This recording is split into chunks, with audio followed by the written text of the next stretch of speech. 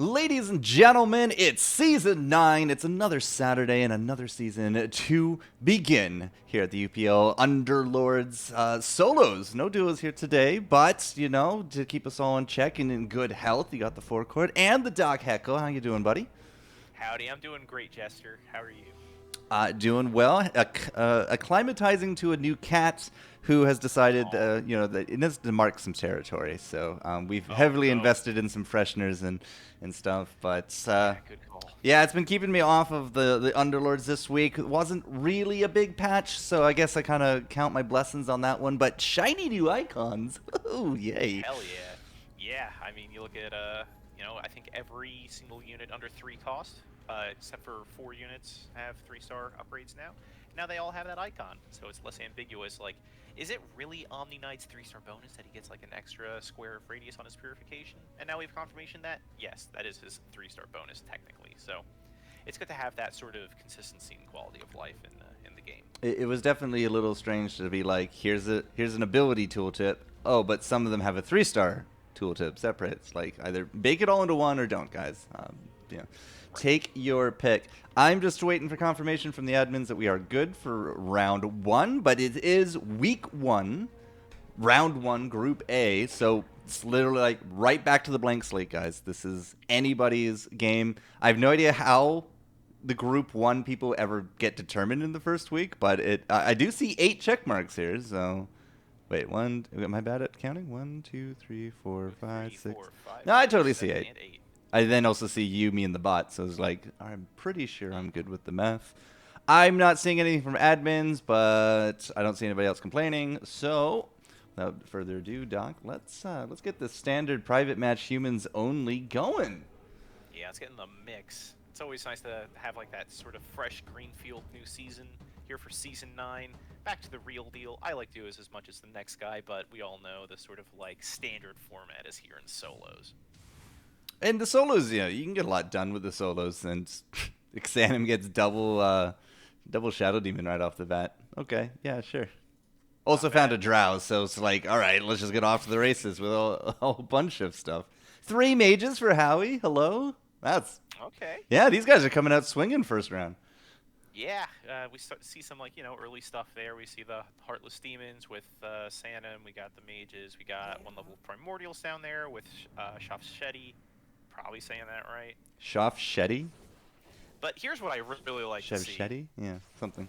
No open forts. Everyone's here to play. And that's the kind of stuff I like in my Underlords. People who've come to play. You know, there's still a few die-hard open forters out there, but the whole trend as a whole is just not here anymore. It's just kind of like quietly gone off to the graveyard where you know, it belongs. But I would agree, and it is strange that, you know, nobody's open forting here, because I think, you know, over the weeks and as we've seen more 3-star bonuses come in, I think getting those early 3-star units has become a more and more prevalent strategy here. Yeah, well, now that we can actually get 3 stars in solos, right? It's taken a while to adapt, but the losing streaks doesn't really seem to be all that it's cracked up to be anymore. So I'm going to say Shafsheti as well. Everyone kind of just rolling down to 0. 2-star Bloodseeker off the bat, though. Well, round 2, but good enough, right? A Void Stone for our good friend Bristleback. Okay. Also not bad. Yeah. A lot of Void Stones out there. I think there's 4, maybe 5? There's 4 Void Stones, 3 Chainmails, and 1 Ogre Cap. It's time to make the 12 days of Dota Underlords. Yeah, I think I saw some post, or maybe it was even in the chat last week, saying that like the Void Stone is just always worth rerolling for. Everybody likes mana that has abilities, so it's a pretty no-brainer pick. The Void Stone on a Bristleback is absolutely wasted in my opinion, but he doesn't really have anyone else to put it on, so whatever. That's true. It's all good. The bristles will clear through, giving Clown, or I'm just going to call him Clown, Clown here, another win, so he will be one of the 2 100s. Dot Shame, always good to see Dot Shame back into the solos. Had some good performances in the duos with his partner. Shame is always like very surprising in their versatility and their strategies, but they're always very consistent as well. And you know, we're going into round 3 here. We're going to see some strategies start to percolate up to the surface. We got some Primordial Mage, 3 people going insects. We got a bloodbound. Someone going trolls. Top health here is opting for those savages. So it's Got that some. it's that time in the life cycle where you see people with bloodbounds, and it's like, okay, fine, early game strats, right? But like round 7 or 8, you still see them on bloodbounds. Is that when you start becoming a little worried that it's a warlock comp? Well, it could be a warlock comp. It could be 3-star bloodseeker assassin option, which may not be the best. I don't think we see, at least I haven't seen, recently any of those like just sort of Huh. 2-star, 1-star Hello? bound Wait, hello, Blue? delusions. Sorry, just to cut you off. Blue has 4 2-stars on the board. Whoa! Yeah, that early druid, those quick 1-stars with Tiny and CM, that's gonna be a powerful board. Too bad he's not at 100. He would have been streaking, and this likely could have been a streak complete. But yeah, we see our good friend Bristleback in the 2-star Bloodseeker that we were thinking, okay, yeah, this is going to be doing well. But yeah, he ran into the big boys here. Wrong neighborhood, man. Yeah, dude. Tiny with that Empower, that is a destructive combination. Even that toss, like one toss into the game is almost a quarter of his damage. So Yeah. goes well, goes very well. Yeah. And particularly early on, something like Toss can be quite disruptive because you could just it's essentially a Ravage. If you hit, it's not hard to hit every unit on the enemy team when there's only like 3 units on the board, and it scales well into late game because more units, more people to get stunned by Toss. We had the choice of double Voidstone or barricades, and Blue took the barricades. I'm shocked that we're only seeing one set of barricades here. There are so many barricades that I see nowadays in my queue adventures. It's just like people love to trench up. Well, Clown can, not Clown, anybody, sorry, I was looking at Clown's board. Anybody can still get those. We still have one more round where technically it's possible to find them. It's just, True. if you didn't find them this round, it's not all over, but the Void Stones, double Void Stones versus the barricades. I guess we're going to be going into something that can make use of these barricades then. So Blue, not entirely too sure where he wants to go. Summoners are looking pretty tasty if you look at his bench. But as expected as well, he's starting to take games in convincing fashions. 8 damage in round 5 is a pretty hefty number to take. Yeah, it's a good punch. Personally, I don't really like barricades so much with summoners because that backline can get pretty clogged. Oh my god. Okay. That's a second 2-star druid for Blue. That's and a that means we're gonna see- 3-star druid. Yeah, we're gonna start seeing the fun stuff, and more specifically, we're gonna start seeing if we see a 3-star Magnus here, we're going to see the effects of that nerf. Maybe not this round because 3-star went to the Nature's Prophet instead, but Magnus's 3-star ability did get nerfed down. That reverse polarity went from 2 seconds to 1 second. Just as a note, I can highlight tooltips again during combat. Oh my god, are you kidding me? Yeah, it's just like... Are we out of beta? I can do it too! We're out of beta, boys. It took a while. What's today? August? It only took 14 months of development. Holy moly. We made it, boys. We're esports now. Yeah, I was just... That whole fight, I was just looking at different tooltips. What a world to live in. I didn't even know what happened in the fight. Blue won. He's streaking, so yeah, he murked someone with that 3-star druid. 3-star Nature's Prophet delivering 3k damage in round 6. Pretty good, man. It's even funnier if you have like a... you traditionally see those Nature's Prophets paired with Magnuses. Magnusi? Magnosari? I don't know. But Ragnosari, did you say? He's a Magnosaurus, I believe. He's a Magnetar. That is Blizzard IP, if memory serves. All right, fine. However, it's always funny to see like an empowered 3-star treant from a 3-star Nature's Prophet just like cleaving and dealing like absolutely monstrous damage like round 5 when you have like a 1 level of summoner and the empower. It's just like, ugh, super gross. Well, double Druid into double Summoner, as I said, doing real good here for Blues. We hit round 8, so another item to be coming forward after this. We'll see if those barricades do materialize for anyone. Something I did want to point out, but kind of just got distracted by tooltips, is that Clown, down 77, round 8 is a full-on Brano. Well, I'll tell you what. I I think my opinion of 3-star Bristleback was already high, but only got higher over the course of the week. That is like a win condition unit. If you can get an early 3-star Bristleback with a Stonehall Cloak that can consistently put out like 15k damage per round, doesn't matter which stage of the game it's in, like a true hard carry. So you're thinking that a 3-star Bristleback has redeemed enough of the comp to kind of make it happen now? I think so, and I think in situations where you're the only person in a lobby going brawny, that could get even more out of hand by just getting more health. Unfortunately for Clown, he is, or they are not the only person going brawny in this lobby.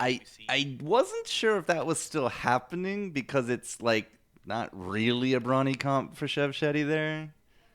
True, but I also don't see why they would be stacking up Bristlebacks if that wasn't the case. Also barricades, FYI. Yeah, some more barricades in. Wait, what happened to our target dummy? We had somebody with the target dummy, didn't we? There was a you're not. Wait, where'd it go? Is that a You bug? can only display one contraption at a time. No, it We totally. back out of beta. Yeah, there's a bear. Yeah, Shame has it on. Shame. Where is it? Shame. It's in front of the.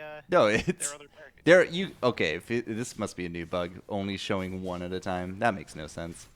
Doc, I'm gonna let you take over here for like 30 seconds. Quick AFK for me, cat things, but I believe in you, buddy. We're on Shame. Sure. Okay, cool. Yeah, we see Shame is having a good time with some Heartless, one level of Druid.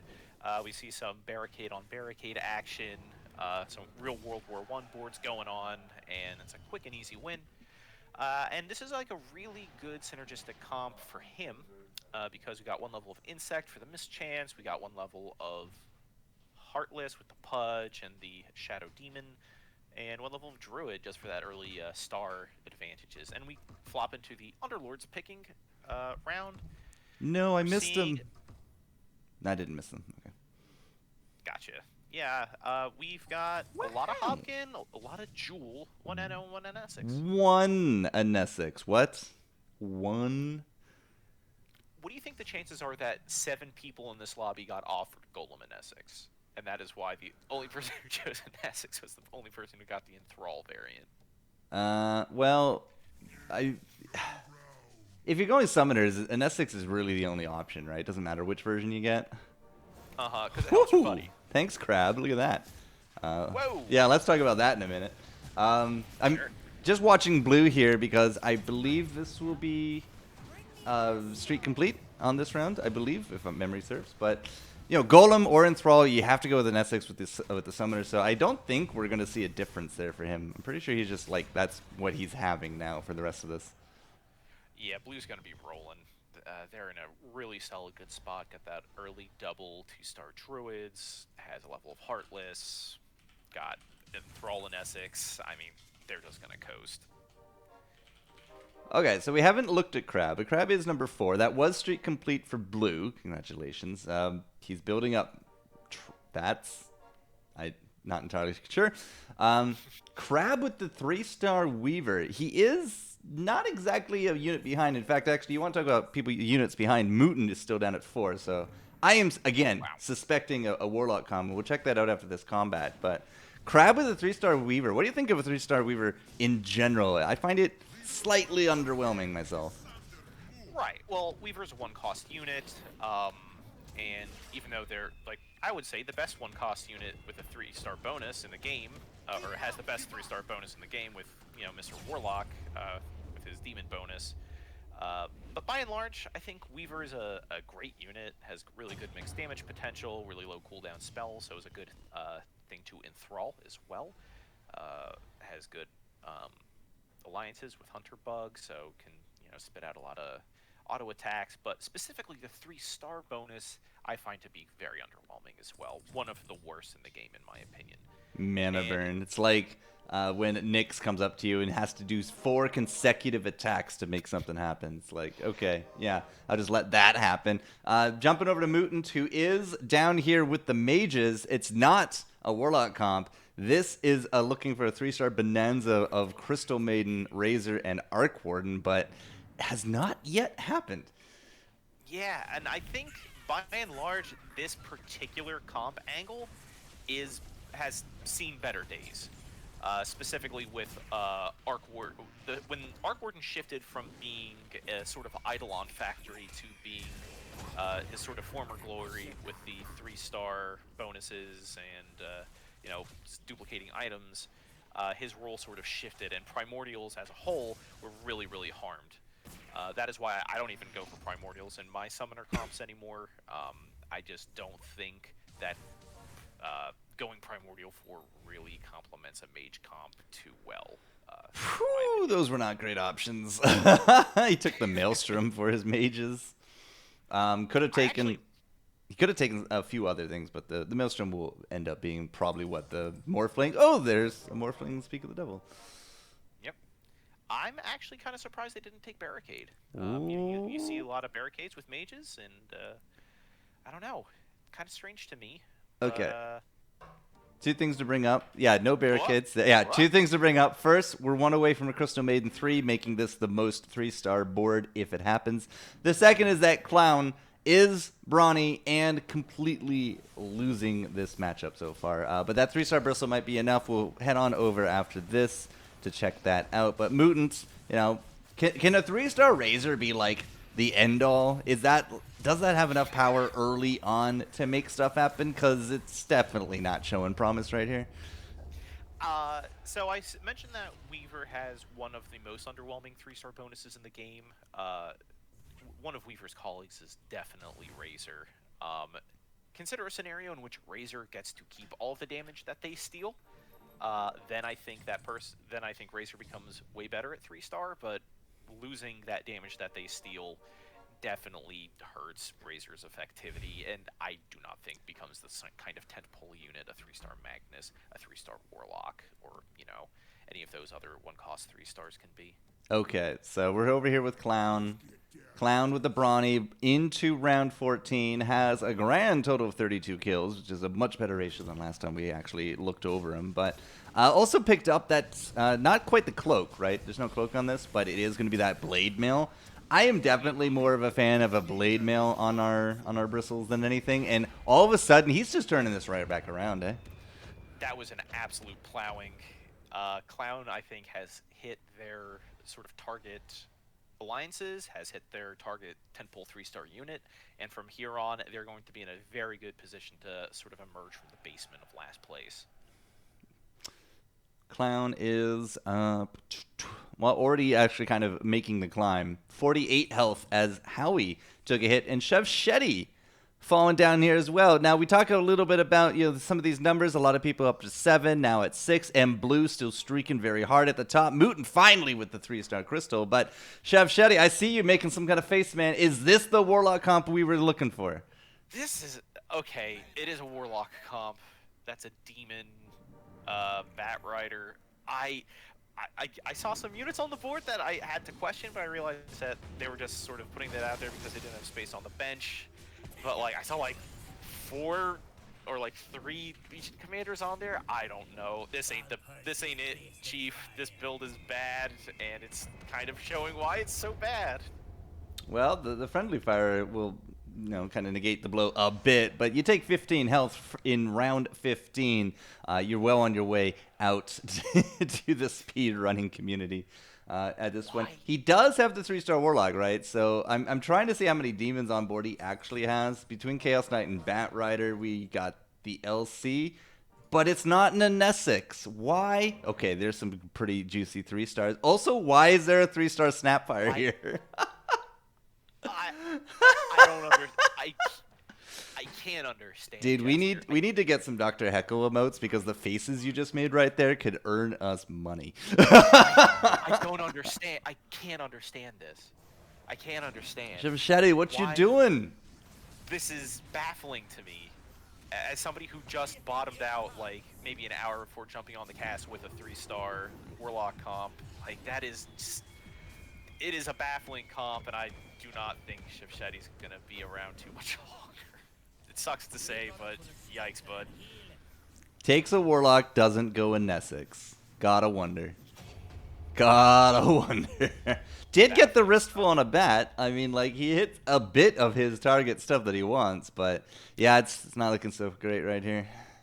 Yeah, another wristful? Well, okay. Time to put on what? Snapfire? Or who the hell else do you... Oh, you put on the Warlock, right? That's right. Yeah, get those heals going. He needs that for sure. Just going to quickly throw up the scoreboard here just so everyone can catch up. We do have three-star mages on Mutants. Yeah.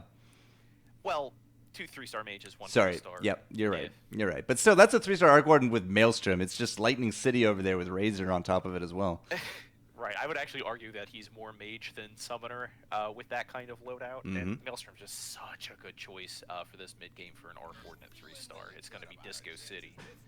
I have to wonder if that was why he bought it, because it was just the best of all the worst situations right there that we found. Oh, something I wanted to bring up is that since we started watching Shivshetty, the Warlock, the 3-star Warlock, has always been pudge hooked. Now they finally run into a player that doesn't have a pudge hook, and it didn't matter. That 3-star Bristleback just walked all over the Warlock. The 3-star Warlock basically leading the charge into Hobgon, got that damage down, but we're at round 17 with 10 health to go, ladies and gentlemen. And unless something turns around for Shivshetty in the next go, this will be a round 18 elimination in our first game of season 9. I still can't understand this 3-star Snapfire with no Viper to activate the Mortar's Kisses. Like, I cannot get it. Now we got double Legion Commander. Like, it's okay. Here's the Viper. A little vindication. I'm not twitching as much now, but this is just a miserable roll for Shivshetty, and best of luck, honestly. As before Shivshetty gets into it here with Mutant, who likely is about to eliminate him here. M Blue is about to finish second streak complete. That will be 16 wins in a row. 99 health. Those early 3-stars Druids have really paid off for him. For sure. And I think I finally get the Snapfire inclusion now, because it is an LC focused Warlock comp, or Mr. Warlock Demon comp. You will get that Dragon bonus on your duels, which means you get half of your health back when lose or draw with Legion Commander after a duel, where they don't die, but it's not working. It is not a worthy sort of endeavor here. I mean, if you wanted that, you didn't have to put all this cash into a 3-star snap. A 2-star snap would have been just fine. Correct. It's a 10-kill Stonehall Pike Snapfire that just shotguns people for a little bit of damage, right? 2-kill Chaos Knight is rather sad. 3-kill Legion Commander who has a Void Stone. Okay, I guess. Sure. I don't know. Put it on that. Shivshetty, round 19. If you do not eke out a win, it is almost guaranteed a loss. And they're up against Dot Shame. Dot Shame a little bit more in the middle of the pack at this point. There's the first of the Legion Commander duels, but that's going to be a 2-star Ravage. It kind of threw them all up into the air. The Bat is trying to just put the damage on top of the Lone Druid in the back, but everything else up in the front is just tearing Shivshetty apart. The 3-star Warlock will be the last one standing, and that is just gonna be that. I don't think this Warlock can even take anyone down with him, and he can't. That's it. That was sad, Jester. I feel sad looking at that comp. It just didn't click for Shivshetty at all. Rest in pieces, Shivshetty. Season 9, Group A, Round 1. We will not be seeing you in Round 2. Feels bad. Okay, so how's the rest of everyone gone? Howie, 8 units, 17 health in a Dream. Looks like mages, but doesn't have a 3-star to his name because, as we know, those are kind of over here on Mutant. The person kind of just directly adjacent to him in 6th. Yeah. Not great. Definitely not a great mage showing today. No barricades here for Mutant either. Anybody particular you want to be looking at as I'm watching these 3-stars just kind of bounce around? I'm down for watching Mutant because I always love a good 3-star bonanza. Okay. Well, taking on Exanum. Haven't actually really talked much about Exanum. I know that Blue's finally lost a round, but it wasn't until I think that streak was complete. Clown, however, if he wins this, will be streak complete. This will be an 8th win in a row. Oh, but he will not win it. I jumped over to just watch that 3-star Bristle hit the sack. So 9k damage though, round 20 Bristle. It's pretty dang good.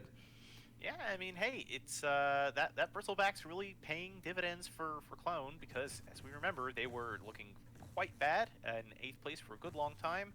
Now all of a sudden, up to 2nd. Crab picks up a Cadence Blade. Crab also finally put more 3-stars on the board. They had a 3-star Drow a few turns ago, but they also have now added a 3-star Beastmaster, much to the chagrin of Clown. Yeah, so here's where that plays out for me.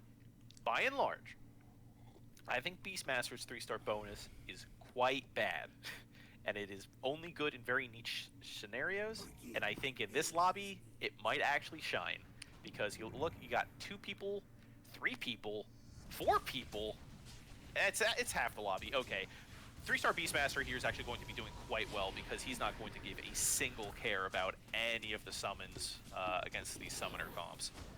That could work out well, especially with the 3-star Arc Warden kind of splashing around into the end game. Watching the 3-star Weaver here of Crab just completely get stomped. It wasn't even a Warlock comp that took him down, but oh, it was Mutant. That's why.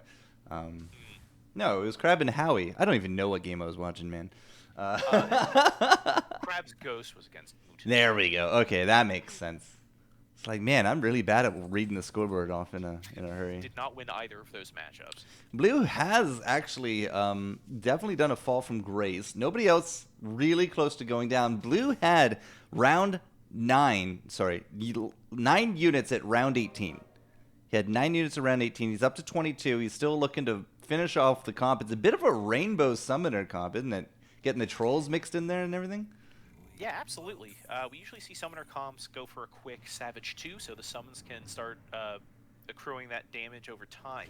But it looks like we have a bit more diversity in the Alliance setup.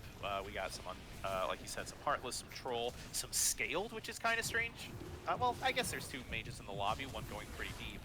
But yeah, if you look at Blue's just sort of star counts, that's a lot of 1-stars out on the board. 1-star Shadow Shaman, 1-star Necrophos, 1-star Pudge, 1-star Tidehunter, and yet, because of the excellent synergies with all of these units he's got, he's you know, pulling out wins, being competitive, and you know, sitting pretty firmly at first place. Oh, still lost. -4 there to Crab. The 3-star Weaver, just a little too much to deal with. You are right.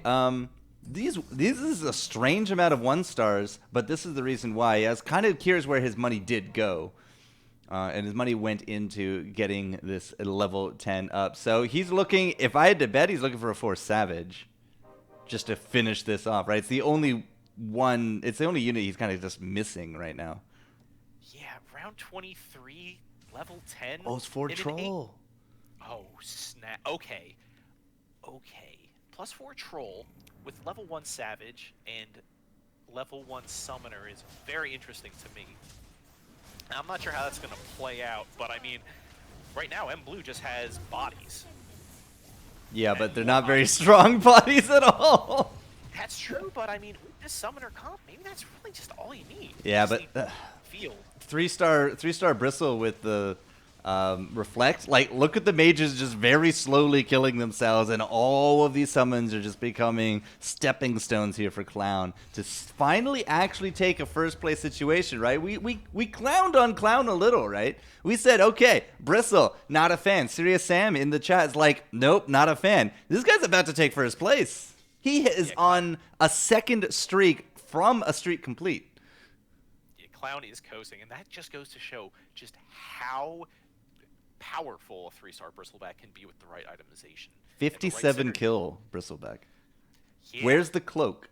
If only the cloak had happened, right? That's the actual dream. Yeah. You create like a scenario where you just flat out do not die. I believe it said 131 kills to the name, so 5,200 health. Bristle becomes double, 10k, literally 200%. I do not know where that disruptor was aiming, but it certainly needs its eyes checked. Oh, wow. Whose disruptor was that? That's a good question. I don't think we even have a disruptor on Clown, do we? I don't think so.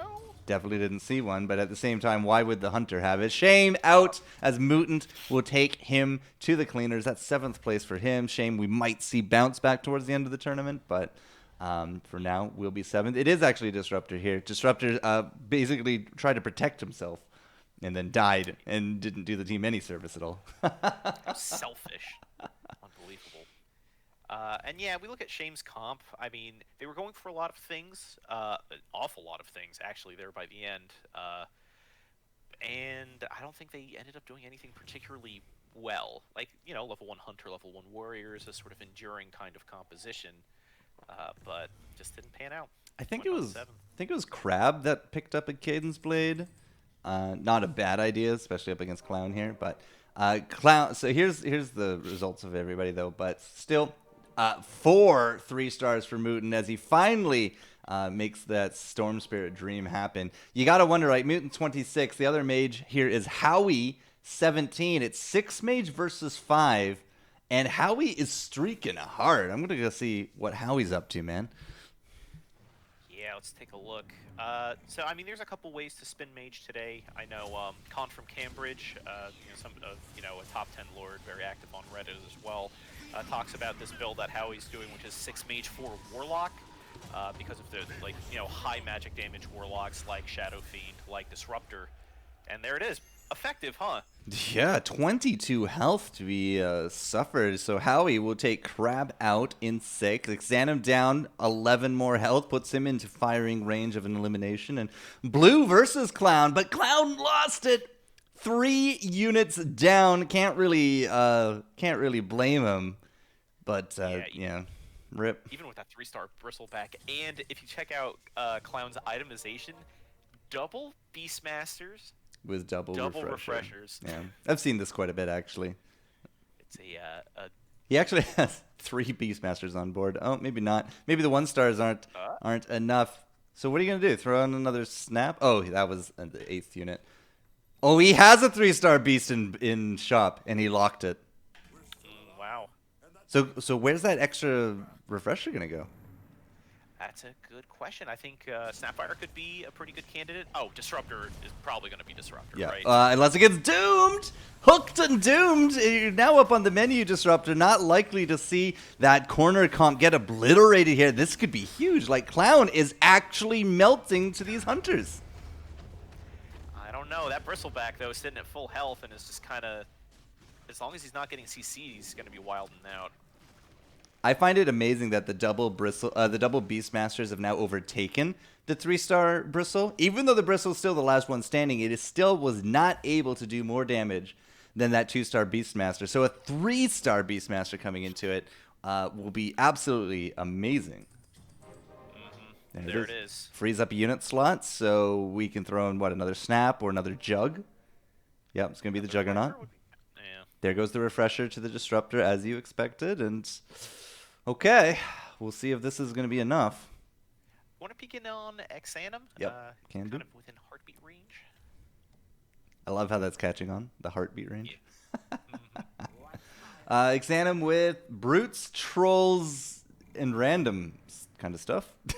Yeah, a lot of splashy inclusions here. 1 level of Heartless, 1 level of Healer, 1 level of Oh, the bear got trapped behind their lines.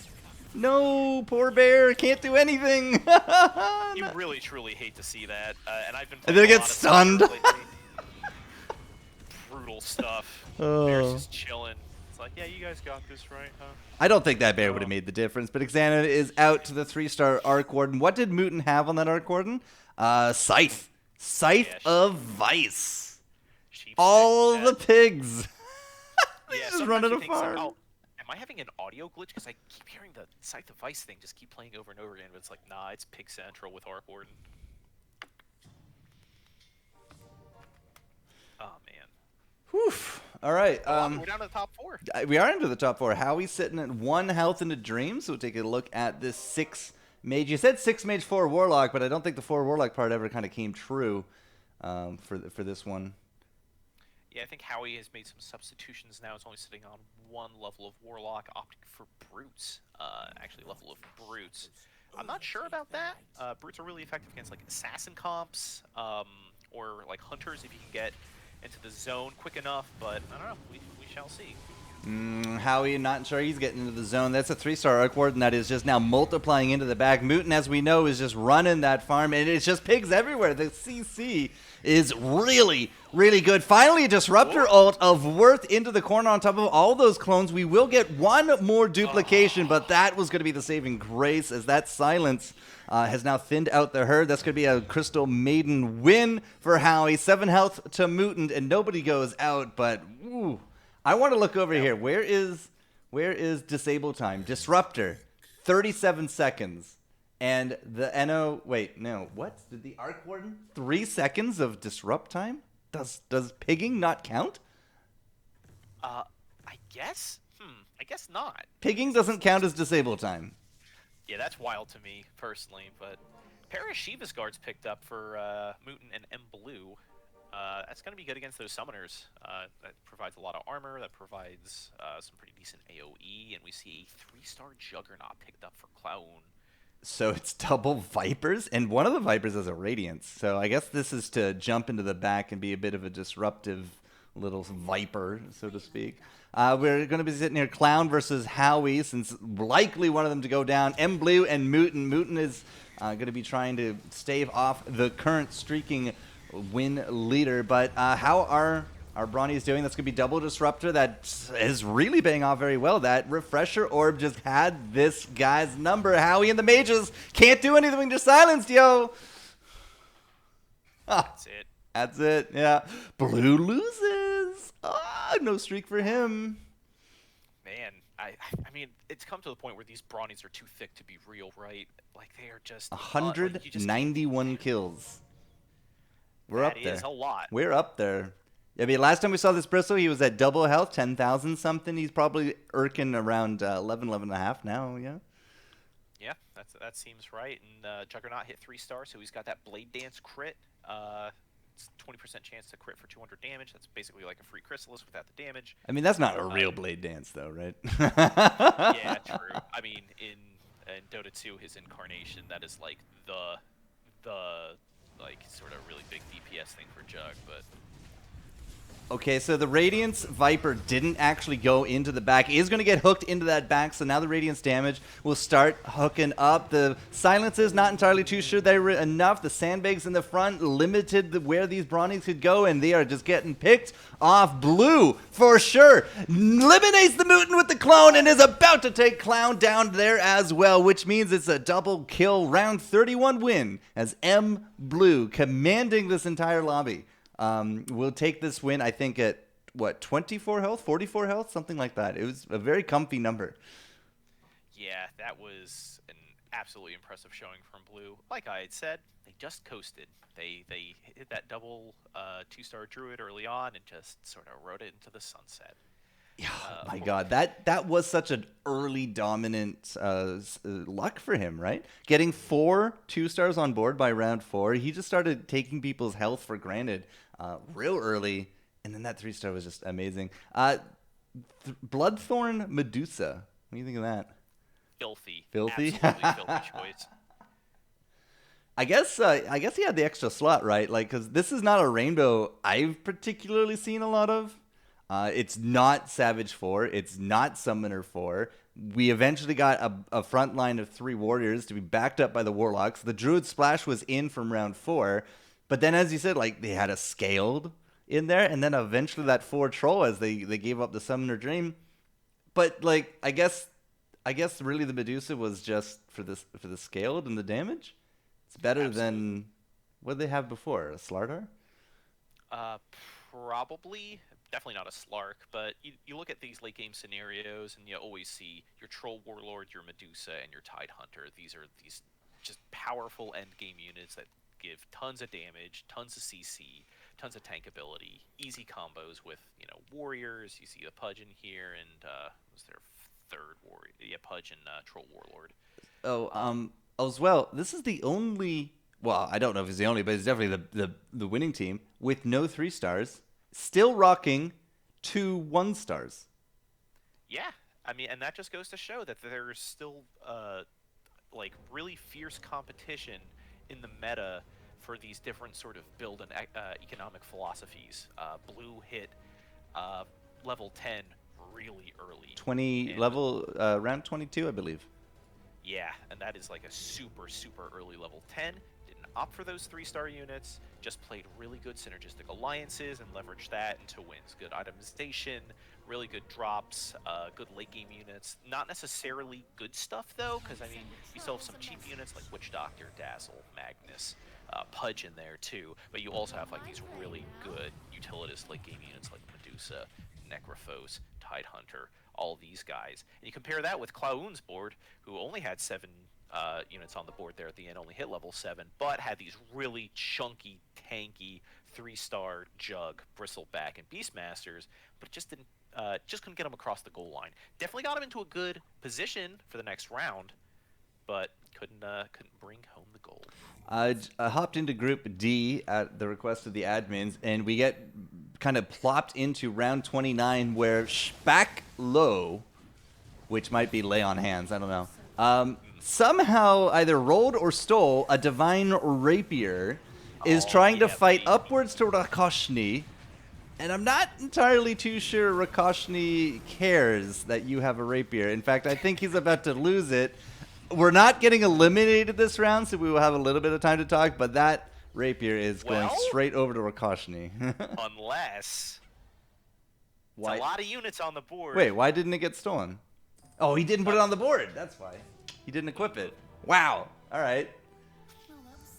And that's a powerful move. You know, if you don't have to, you don't need to. I kind of think he has to. Yeah, now when you have 9 health and it's in these late game scenarios, yeah, put it on the board. So many trolls this game. Look at all the trolls in this lobby. 4, 4, 4, 4, 2. Rakoshni with the 4 troll. 4 brute. 4 brute. That is, like, I've seen 4 troll for Heartless, 4 troll for Knight, 4 troll, what's the other one? 4 summoners and stuff like that. But I can't say I've seen brutes in any sort of like effective capacity in months. This was certainly an interesting start. That timeless void, the faceless void, and they're just they jumped into the back. They got up the big stun, and then the Wind Ranger, who had the rapier, by the way, focus targeted down the Tidehunter, and Rakoshni didn't get anything out of it. Despite that early advantage of eliminating some of the power, Spack still wasn't able to take it. But that is a troll brute win that we have not really seen. Yeah. Well, looks like Rakoshni opted for, you know, good econ, fast leveling. I don't know when they hit level 10, but it was before Spack Low.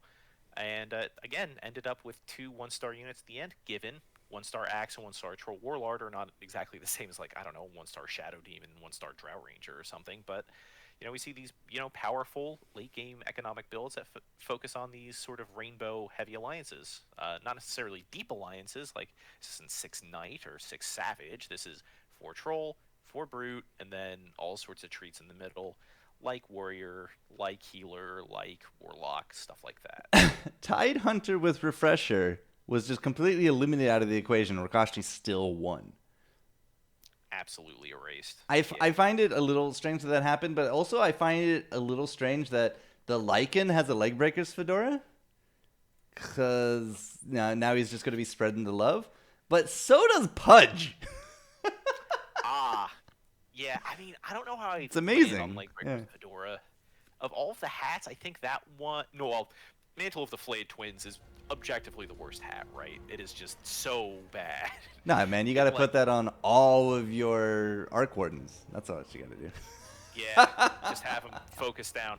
That might... Okay, so that might actually be good. I would argue the other use case would be if you're going for an Assassin comp where you're going to have Bloodseeker anyway, it would behoove you to have a mobile unit like an Assassin with Mantle of the Flayed Twins. Beyond that, total poo-poo doo-doo pee-pee. It would be my official sort of classification of Mantle. Glad we got very mature with that right there. It is fitting and sort of befitting of that item. I don't like that item. I guess. God. If it's so bad that you've just resorted to being a 5-year-old about it, then And not even a particularly like mature 5-year-old too. no, not at all. All right, so we are just going to be waiting on word from our admins that scores are updated. But all right, that's round 1 in the bag. We saw some good stuff from Rainbow comps, kind of. But they both had in common for Troll Splash. We saw in the lobby a lot of Troll. I'm a little surprised that the Druid Splash has kind of like just petered out. It's all about the Troll Splash now.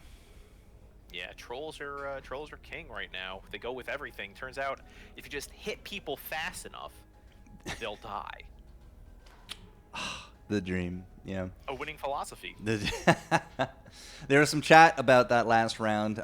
M Blue in chat, congratulations on your win for your first round. I saw Howie in there as well, Brawny owning mages. Sorry, Howie. Somebody's got to lose. Just happened to be you this time. But not only did we not equip that Rapier in the first round, but then the Wind Ranger got it instead of Medusa. Yeah, that could have been a different outcome. If you have Medusa with Hunter bonus, I don't know if I can't remember that person's name. Spaklo had that. Yep. Yeah. But yeah, that could have. I mean, there's so many good items you can put on Medusa. Caden Blade early, heavy hitting damage items like Rapier and Bloodthorn late. Great unit, befitting of a 5-star or a 5-cost price tag. Sometimes I'm actually find myself a little surprised these days when people take Cadence, because like warrior comps in solos have almost been non-existent ever since the changes. Brawny's getting nerfed. I know that the Bristlebag is like a big key unit now, but we just don't see a lot of Brawny's. Really, so you see people take Cadence. You're like, what are you targeting? What are you thinking you're gonna have a problem with here? And really, it's just Knights. But where the hell are all the Knight comps? Right, 2 whole lobbies, not a single Knight comp. I think I saw some rainbowy Knight comps with LC. And that doesn't count. And stuff like that. But I just don't think it is where that comp used to be. Like they're just not good. Used to be the end all. Used to be like people made their name on Knight comps. Yeah, I loved, I used Night Comps to sort of get decent of the way through Big Boss. They helped me a lot with, there's like a really good Legion Commander Rainbow comp. I guess this is before Season 1, I guess, because this is back when Shadow Shaman was still a Druid. What? Shadow Shaman was a Druid once upon a time? Oh, yeah. This was back when, Shadow Shaman was a Druid and Venomancer was a Savage Warlock. You had all these awesome synergies with, like, you could get, like, Heartless, Troll, Savage, Warlock, Demon, all this stuff. And it was, like, very, like, checkbox there. And you'd have this LC with, like, 10 or 11 alliances, and she would just, like, run, like, roughshod over everybody. This was also when she could get healed. During Duel, this was also, I think, when she could benefit fully from Bloodbound bonuses. So those days are far behind us, and I think for the better, because, man, those were some not wonderful things to fight. Right? Not great for the game, in my opinion. All right, scoreboard is up. Lobby is up for round 2. The scoreboard was up. Scoreboard, hello, come back. There we go. Brilliant. As expected, M Blue taking top point, simply because, wow, how many lobbies do we have today? 1, 2, 3, 4, 5, 6. We have 8 full lobbies. We have 64 people actually here today. Where was that when I played in these tournaments? Where was that when people would just, like, there'd be 6 people in the lobby, one person wouldn't show up, and it's like, all right, go, and somebody would load into either a knockout or a game with no bots, and, like, fail to follow very basic directions. Now we got full lobbies. That's awesome to hear. A good, healthy UPL, that's awesome to hear. Yeah, day 1, season 9, everyone coming out swinging. So our top 8 are all first places, as expected, right? Lustrio, congratulations. Io, Kanyaz, Take 1. Rakoshni, as we saw, winning there at the end. Vandersar Dota coming through. Alone in the Dark, and of course we saw M Blue win. So that means that will be our next Group A lobby. I'm going to put 3 minutes on the clock here, ladies and gentlemen, as we do get that one rolling. But round 2, Group A, Season 9. Forecourt and Doc Heckle here with UPL Esports. we will get things rolling. So grab a drink, come on back. Let's see.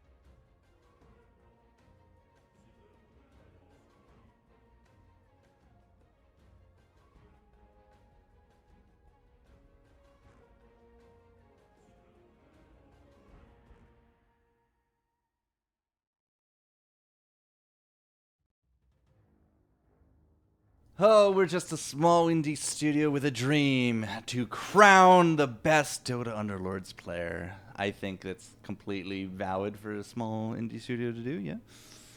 Absolutely. All right. Ready to rock and roll. I see that the admins have said we're good if there's 8 people. Yeah, Rakoshny just popped in. Oh, Rakoshny. 1, 2, 3, 4, 5, 6. Moja brat, Rakoshny. Great. I'm glad you know Russian, because I definitely don't. Ukrainian, Jester. My bad. Different. I think we should make some what faces of Jester for this stream sometimes. All right, into the game we go. Where's my volume button? Boop, there it is. And as we take on round 2, Group A. These are all the winners. So everybody's coming hot off a win streak. And let's see what we see today. So a Brano comp was not something I expected to see today. We had a little bit of a rocky start with them, right? They kind of fell down the ladder a good bit. But 3-star Bristle by like round 9 or so, I think. Kind of turned it around for Clown. So will that become a trend? I don't know. There's definitely a lot of mages and people looking for water elementals with the Morphling and just couldn't ever find it. Yeah, I saw in that previous Group A lobby that there were 2 teams that had gone level 2 primordial bonus with 4 primordials, and this is going to be a hot take. That's bad. That's not a good build, and I don't think it transitions well, and I don't think it's just good at all. I mean, if the doc is prescribing that you can't take this because it's bad, then you should listen to the doc. I mean, that's just me. It used to go well in summoner comps back when Arc Wardens were Eidolon factories, but now that that's gone, I don't know. I don't like it. The Eidolon factories. Ugh, could you imagine that was still in with a 3-star Arc Warden now? Oh man, please don't give me hope. don't give me hope. I love Arc Warden. He's one of my favorite units, and man, I wish I really like the item cloner version of Arc Warden here, but man, I think about when I used to just have like gangs of just Eidolons, and it's the best. And speaking of gangs of units, I really like CE's board. The just swarming of tomatoes. Speaking of CE, it's got some spicy stuff going on. Could have an early brawny savage if should their heart desire, but opts for this double bristleback, which I think is super good for the same reason that double bat can be super good early. That's because the quills stack. You know, if one bristleback spits out quills, because that's sort of progressive damage, and the more you quill, the more sort of stacking damage you do. If you have 2 bristlebacks, that's just twice as much damage. You know, I had to sneeze, so I muted, and then, would you believe, I didn't sneeze? Feels bad. 2-star Weaver by round 2, though, will kind of take down the Brawny Dream. 2 health, not a big deal, but Serious Sam Fan in chat's like, well, here we go again. I'm just reminded of like the Simpsons episodes. It's like, oh, here we go again. Yeah. 2-star Beastmaster. It's a round late, but there it is. It's all good. 2-star Beastmaster early can be absolutely devastating. It's one of the best early 2-stars you can nab, and those tomatoes are showing their signs of approval. So Chef in chat is apparently CE. He says, stop hitting my tomatoes, which means obviously I'm going to start hitting them more. Absolutely. So why would we not? Yep. It's just a tomato salad board, right? You got these tomatoes and trees. Yeah, it's a good, leafy, healthy meal. Yep. So that's what we're doing now. This is now the stream, guys. If you don't like it, send all feedback to Zex at UPL about getting less tomatoes on boards. Oh, he died! Rip. Oh no, God. I didn't know they could die. Can they die? Yeah, you click anything enough and they just like flop over. Oh, okay, they come back. All right. Yeah, there's some cool boards here. We got, I think 2 people have, Vandersar Dota's got a bunch of cannons, and that's one of my favorite things about Season 1 is, you know, in the beta, there were a lot of avenues for you to customize your board, but this has taken it to another level that I really like. Most of these cannons aren't shooting anything useful, so... Yep. Yeah, PETA. Call PETA. Naz's board, he's got the fireworks launcher, which I also like a whole lot. The music cubes, I think, are like some of the more satisfying ones, but the problem is for like a cast, it can get pretty obnoxious. Imagine like 1,000 people turning into the finals, and all you hear ding ding ding ding ding ding ding all the whole time. Do you watch much professional Dota, Jester? Not as much as I used to. I try to watch like the international every year, and I watch some of my friends do their casting, but I don't religiously watch it. No. I used to be an absolute like pro Dota like groupie. I mean, I didn't like try to chat up pro players except for you know, one guy Black, who I like very much, Dominic Rettmeyer, who I wrote an article about way back when. He's kind of like the Kevin Bacon of professional Dota, but Yeah, I mean, in Pro Dota, people spam all these voice lines that come around with all the battle passes Mm-hmm. come the international, like Ping me. Cod Matatag and Sebs and all this stuff. And I remember back in one, I think it was one of those like China versus the World tournaments here, that 1437's board was just full of fountains, and he would just spam click the fountains, and it'd just be like this awful, gloopy, like water sound, Blub, blub, just blub. over and over again. Ah, man. Feels good. It's nice to have those things to like sort of like be interesting and entertaining. You know, it's sort of in these early rounds where things aren't particularly interesting, while comps sort of emerge from the primordial pool.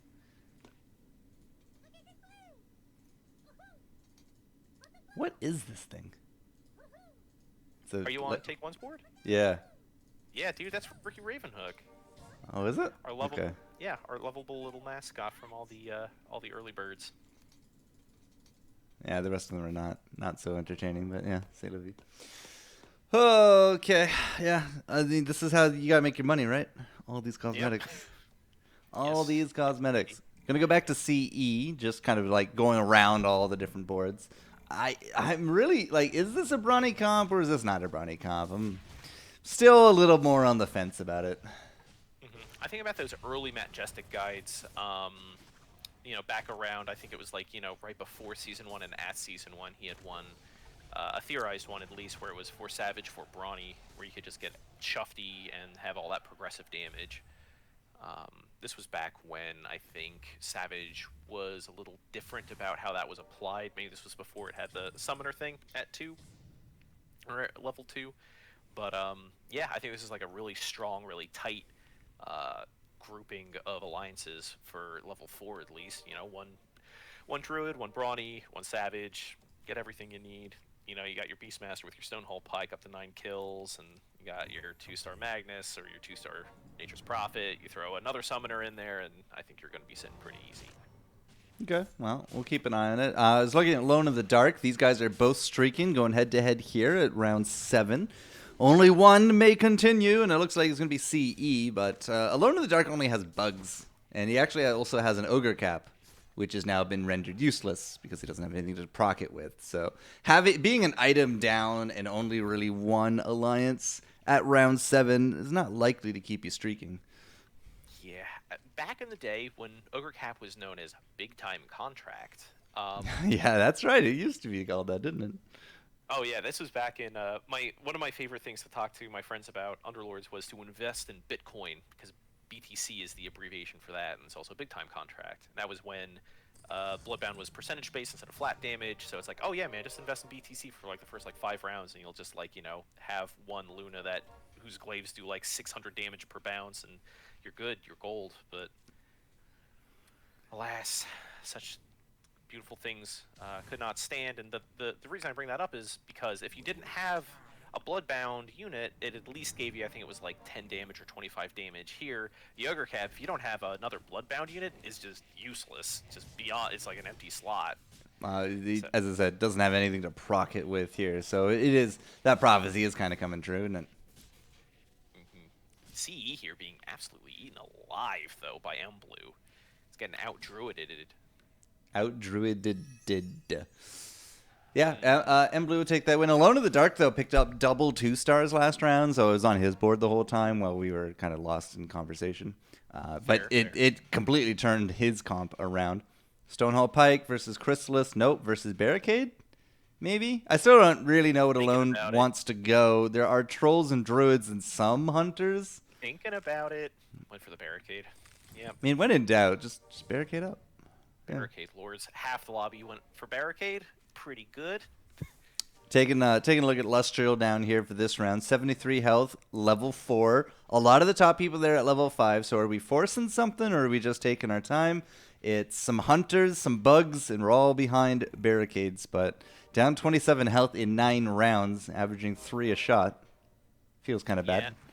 Not great. Lustrial's looking at 5 Drows on the board with a 2-star in there and 2 sitting on their bench. It's not the best. I mean, this is like the definition of a transitional alliance build. You've got 1 level of Bug, 1 level of Vigilant, just to sort of, you know, get cheap wins. Ooh, good power shot there, but not enough to bring it home. Again, if you're building towards something, I wouldn't sort of tentpole around a 3-star drow. I There don't we think go. that's very good at all. That feels a bit But, better. Yeah. Get that 5th unit in, and now all of a sudden you got that Heartless to go with it. Plus the, Pudge isn't about to go and abandon you in the corner. That was the big thing. The Beastmaster literally just walked up to the drow here in the corner and was able to get axes off on both ladies here. And where we saw a lot of diversity with Underlord selections in our previous Group A lobby, not so much. CE. CE is the lone outliner, but it is a Yoink Brano comp, 100% now. Yeah, that could be pretty good. I think a lot of people undersell Yoink because you can Yoink off a Stonehall item early on and really sort of undercut like a Bloodseeker or a Brawny looking to translate those personal kills into additional health or additional damage. And we'll see how this goes for CE. I'm actually on Rakoshni because he was down at the bottom, wanted to see what's going on with him. It's just Troll Warlock. He has an NSX in there as well. We have 4 NSX, 3 Firebugs. Name is stupidly escaping me right now. Hobgin. Trolls? No, Hobgin. I see Hobgin and I just call him Firebug. I don't know why. Yeah, I think that was one of his talents back in the day, if you remember his talents.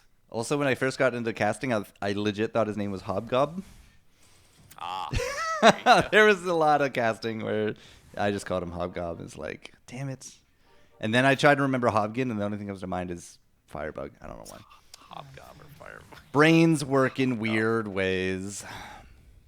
Vander Sardota dropping beneath that 66 health range and into that orange territory. The lone mage in this lobby. So every time we look at somebody at the bottom, they win and are no longer the bottom, and we have to move on. So let's see if that streak continues here for Vander Sardota.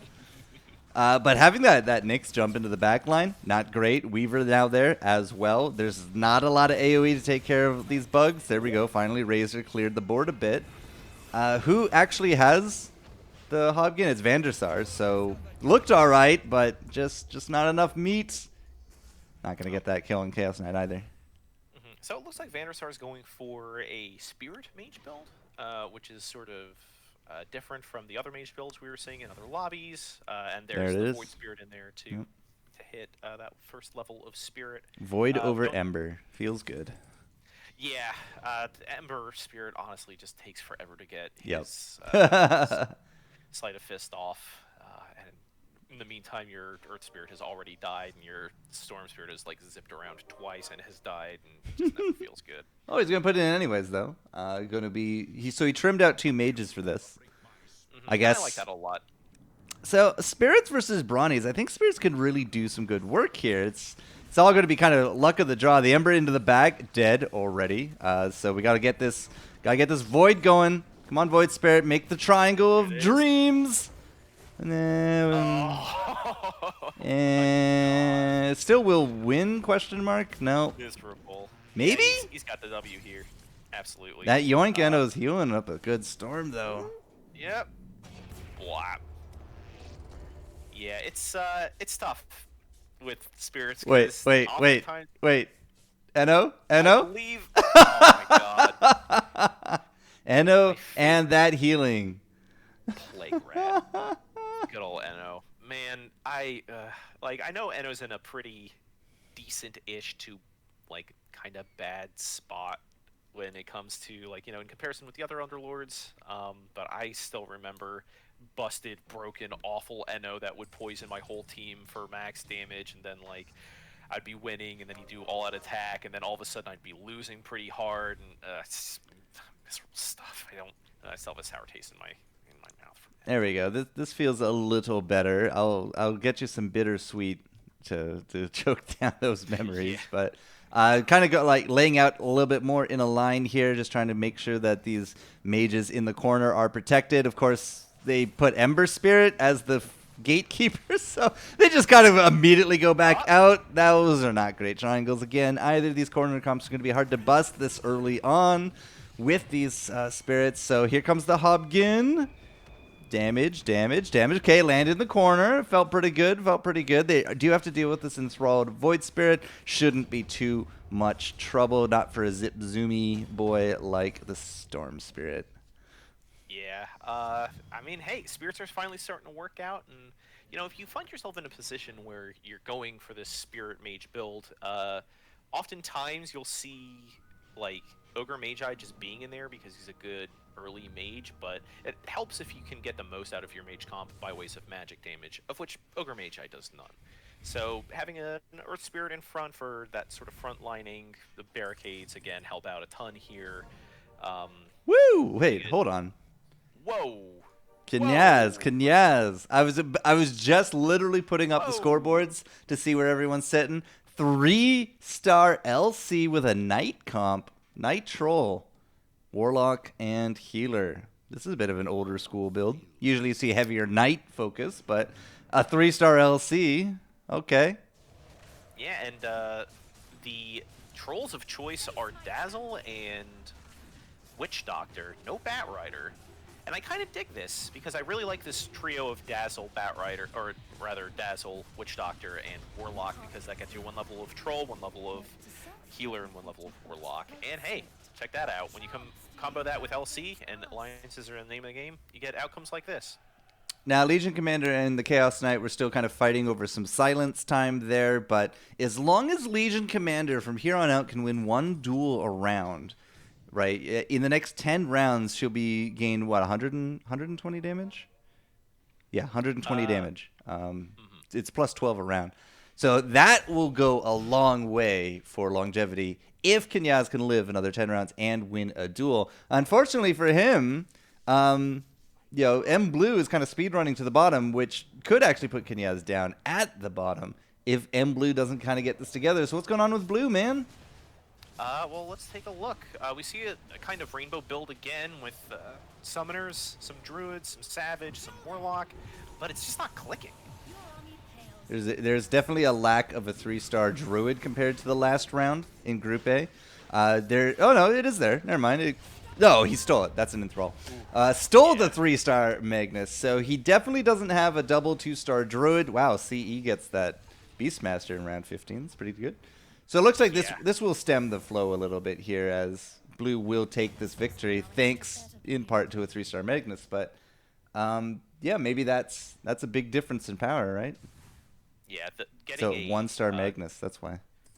Yeah, getting a 3-star Magnus enthrall is game-winning, round-winning often, because of how Demon works with his abilities. He's got really low cooldown abilities, and he's got that natural cleave. So you're seeing him in there just like sort of one-shotting Dazzles, one-shotting Witch Doctors, stuff like that. 4 Troll. Again, yep, there it is. 4 Troll, 3 Summoners, 2 Savage, feeling good. Troll good. And a barricade. Almost. What would even be the 1 in the 12 days of Underlords? You need the right number of syllables, right?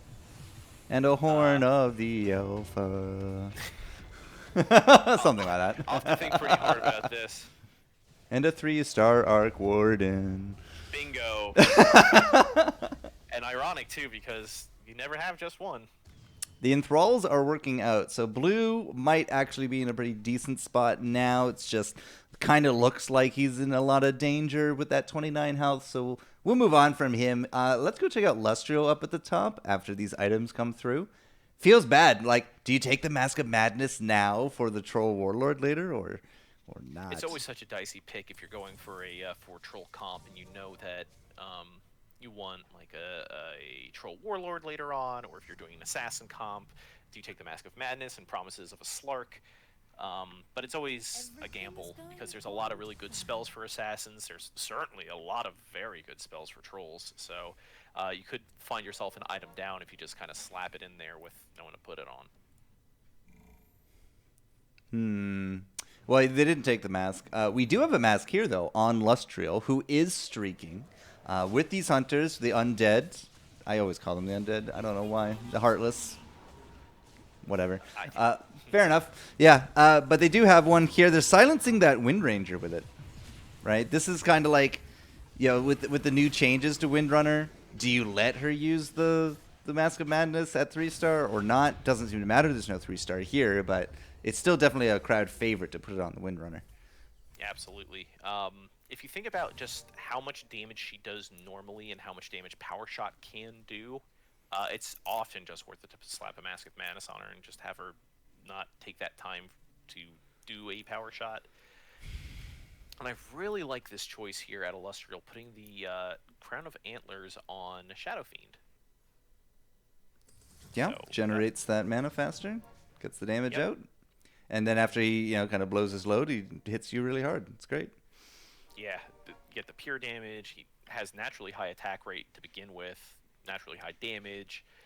And if you get him up to 3-star, hey, then you get Presence of the Dark Lord, and then things get absolutely buck wild. I haven't seen that in any of my games this week or since that. It's more of was a added in. duos thing, I would imagine. Yeah, absolutely, as 3-stars tend to be.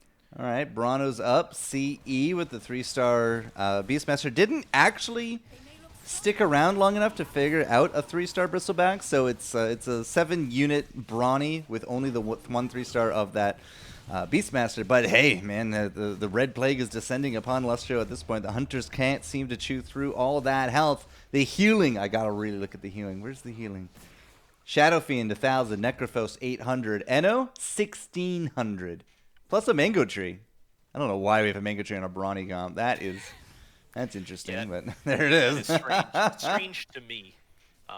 Yeah, CE is doing quite well with this Brawny build. That Beastmaster with the Stonehall Cloak and at 3-star, 33 kills. That is a beefy boy. He's not going anywhere anytime soon. 71 kills. Okay.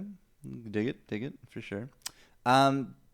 Lustrial at level 8 went on a buying spree. Didn't keep the Faceless Void. What? Okay. Interesting. Lustrio had a Faceless Void, decided didn't want it. Sold it. I was just more impressed that we got a Faceless Void at level 8. Yeah, it's not easy to do. Blue's down to 10. Ooh, blue. Blue's taking on the Bronnos. Yeah, I'm not Blue sure how still well has no go. 3-star Druid. That is miserable, and I've been in that situation so many times. We're about to see the most money Wild Axe is here, and absolutely destructive stuff.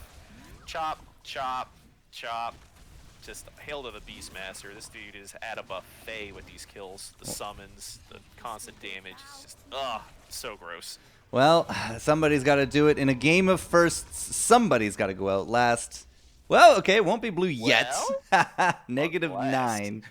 Negative 9. But, I mean, CE is going to be very appreciative that you feed him into those kills, right? Up to 82 kills now on those Bronnos. So 71 to 82 in one round. It's 11 kills. Is that about right? It's not a bad,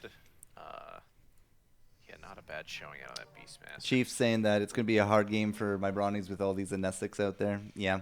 You get that Beastmaster enthralled against you, you're probably done for, Chief. Yeah.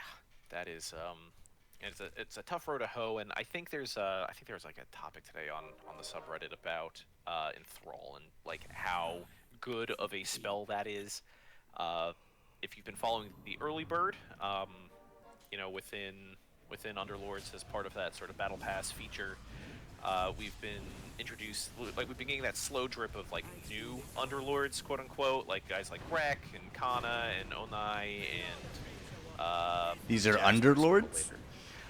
these are the supposed Underlords, and people like Turoth, who was in the Anti-Mage Persona comic, the Mad Wizard. So it's sort of implied that these might be our Season 2 Underlords, because they're being featured pretty prominently. Some of their silhouettes were in some of the placeholder icons for the Underlords back before the big What a update. bounce. Stuff like that. But yeah,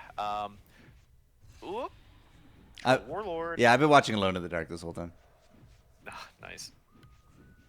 Can he do it? Yeah, he's got it. 100% He's got it. Good. Bye, Blue. First to last. Sorry, man. Somebody had to do it. But that Troll Warlord had basically a free game of just shots. That's all it was. Shots and shots and shots. Now, would you keep the Silver Edge on this Warlord, or would you go for the Moon Shard? Looks like the Moon Shard is going to be the preference, which I'm completely on board with. Didn't really see anything else like huge. There's some refresher orbs about. Sure. I would probably put that Silver Edge on the Dream Protector, personally. That's just where I sit. Maybe the Vanguard on the Axe, just so we can sit in the middle and spin to win. But there's an internal cooldown on the Silver Edge, so it's not like you can put Silver Edge on a Brute and just break everyone around you, right? That is true? Question mark? I mean, that it says there's a 5-second cooldown, but is it a 5-second cooldown per hero? That's the question. Right. I imagine it is a 5-second, like an internal cooldown Yes, on the item itself. I would imagine as well. No.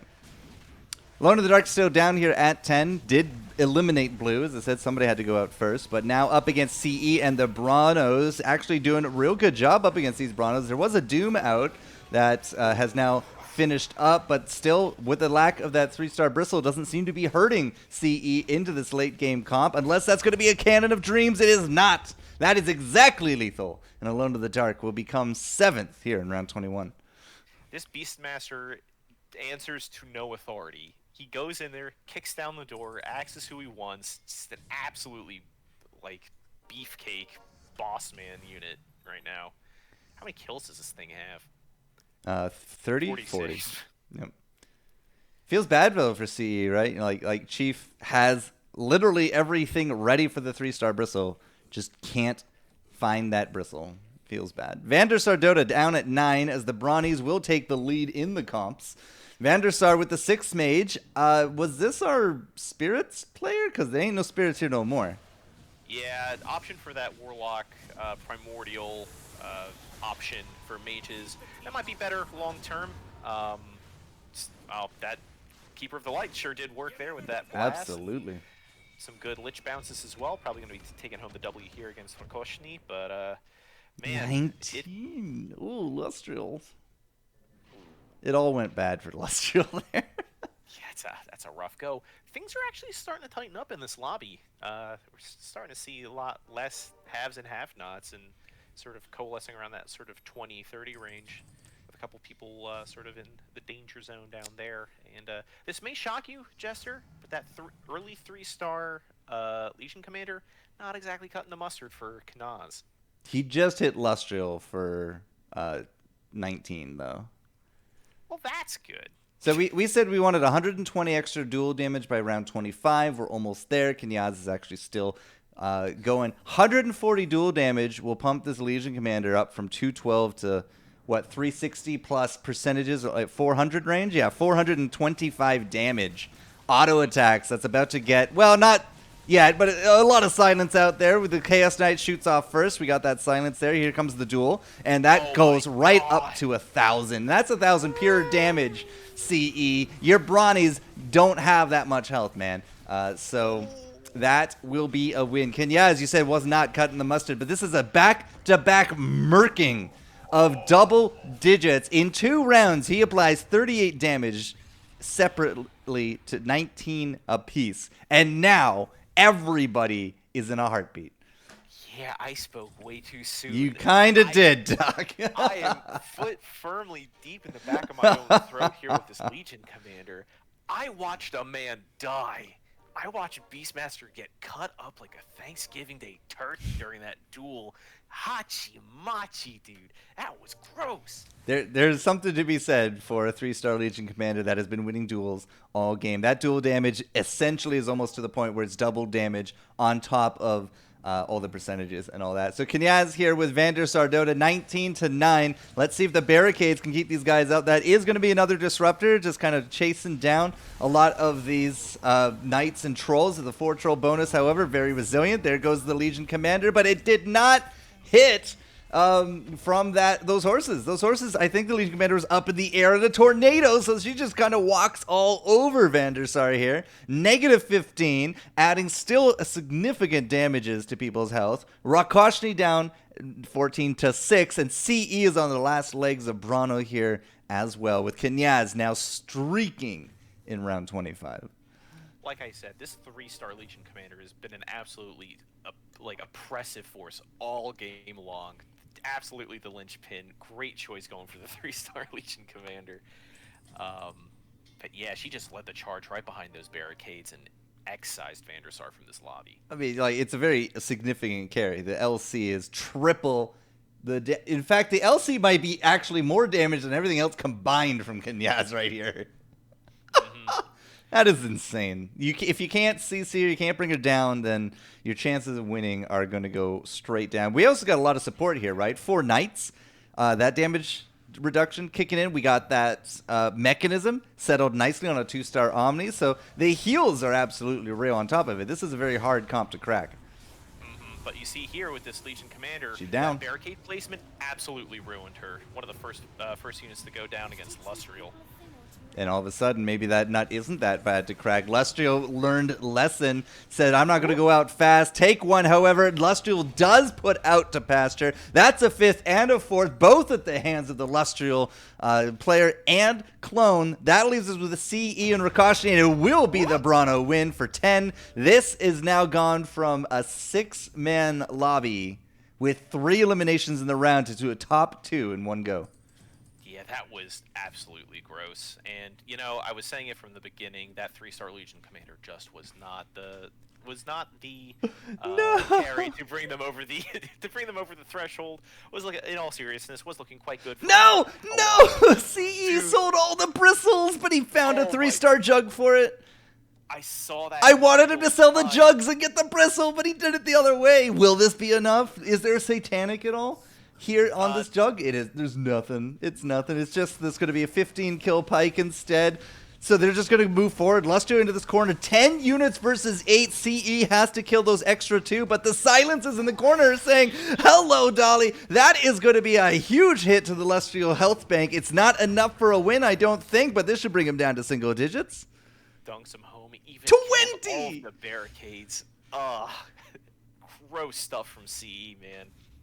20. Okay, so that was a clutch move, though. Jug didn't exactly become the leader in damage right there, but we're out of bristles. It ain't no bristle in this comp no more, but that 3-star Jug at the end could just absolutely be enough. Yeah, and you got this 58-kill Beastmaster chilling out. You've got, you know, Jug with 17 kills. Not the best, but not the worst. Got 1 level of Warlocks, 1 level of Dragons, and you've got this Axe coming in with the Radiance, which I think could be particularly devastating against this physical damage and auto attack centric comp. Well, Lustriel. Axe is about to get some dunks going here. Are we even going to get that? That's a 1-star Tide. Not exactly the big game changer that you're expecting. 1 dunk and a spin. Here comes the spinning Jug right into the corner. That's going to be some big burst heals. And now all of a sudden the Brawnies are just walking through. But that's a 3-star Juggernaut that's going to be enthralled. That's silence, though. Silence is good, but that's a very healthy Jug. That's a 9,000 health Jug that has to take on everyone. But with the Yoink Eno here, it should be enough. The healing Eno is just absolutely leading the pack. So that will be that, ladies and gentlemen. Lustriel goes out second after knocking out 2 in the same round. And Chief, lamenting that all these Anessics are going to be hard for his Brawnies to beat, will take the win anyways. Yeah, that was, I mean, Brawny's coming up, you know, exciting stuff. Another top 3 finish, a top 1 finish for this Brawny comp. And dare I ask, Jester, are Brawny's back? I mean, if they are, I'm playing a hell of a lot more than them. Yeah, are my pubs going to be ruined for the next week? We shall see. It's still, I mean, like, it's still the predominant trend, though, of Troll Splash. The Druid Splash for M Blue definitely did not work out very well at all this round. So it's all about Trolls, Warlocks, and Demons. Those are the majority of the splashes. We actually do have quite a few Brute Splash and Healer Splash out there as well, which is not a big surprise, right? You get 2 Trolls and a Warlock or 2 Trolls and a Necro, and you've basically completed 3 alliances of support right there. Yeah, it's one of my favorite little triumphants here in Underlords, and yeah, 6 out of 8 people in this lobby, at least with 1 level. Oh, sorry, 7 out of 8 people in this lobby with Warlock alliances complete. Yeah, and 6 out of 8 of them with Trolls. Good comps. Yeah, I guess. Say, good comps. I mean, is there nerfs coming in the future? You gotta wonder, right? Who could say? I mean, we've been treated to these kind of like little baby patches in the past couple of weeks, which probably tells me that they're gearing up for Season 2 or working on those last couple of 3 stars to patch into this game. But we do, you know, get a pretty, we get some like little micro patches here and there, particularly the one that buffed Hobgun pretty significantly with the buffs to Let's Go Crazy and the buffs to Friendly Fire. So yeah, I mean, hey, there's never a better time to nerf trolls than right now because we're seeing a hell of a lot of them here today. I mean, what do we even nerf them by? 2%? Is that enough to deter people? 5%? Right? You gotta wonder. Yeah, I am in slap Group on D here, Echo, just so you know. Gotcha. I am hopping in now.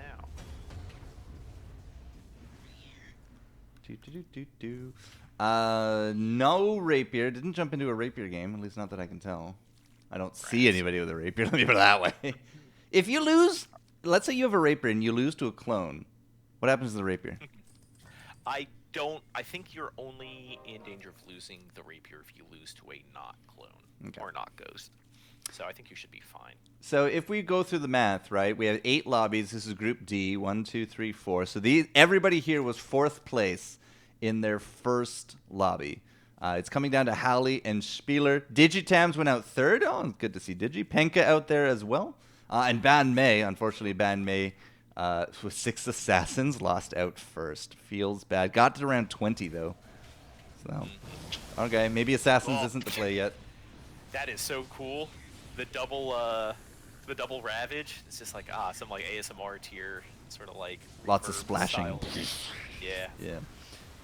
So these guys are neck and neck. 10 units each, round 29, 33 health to 35, and kind of just beating each other up very in tandem. Like, this is going to be a slugfest of several rounds unless something changes. Yeah, both are going for Troll. We see Spieler opting for a warrior, sort of savage summoner comp, where Howie's opting for the 4 Heartless with 1 level of warrior, 1 level of healer, 1 level of warlock. Double Medusa on bench? Hello? A second Troll Warlord on bench? Hello?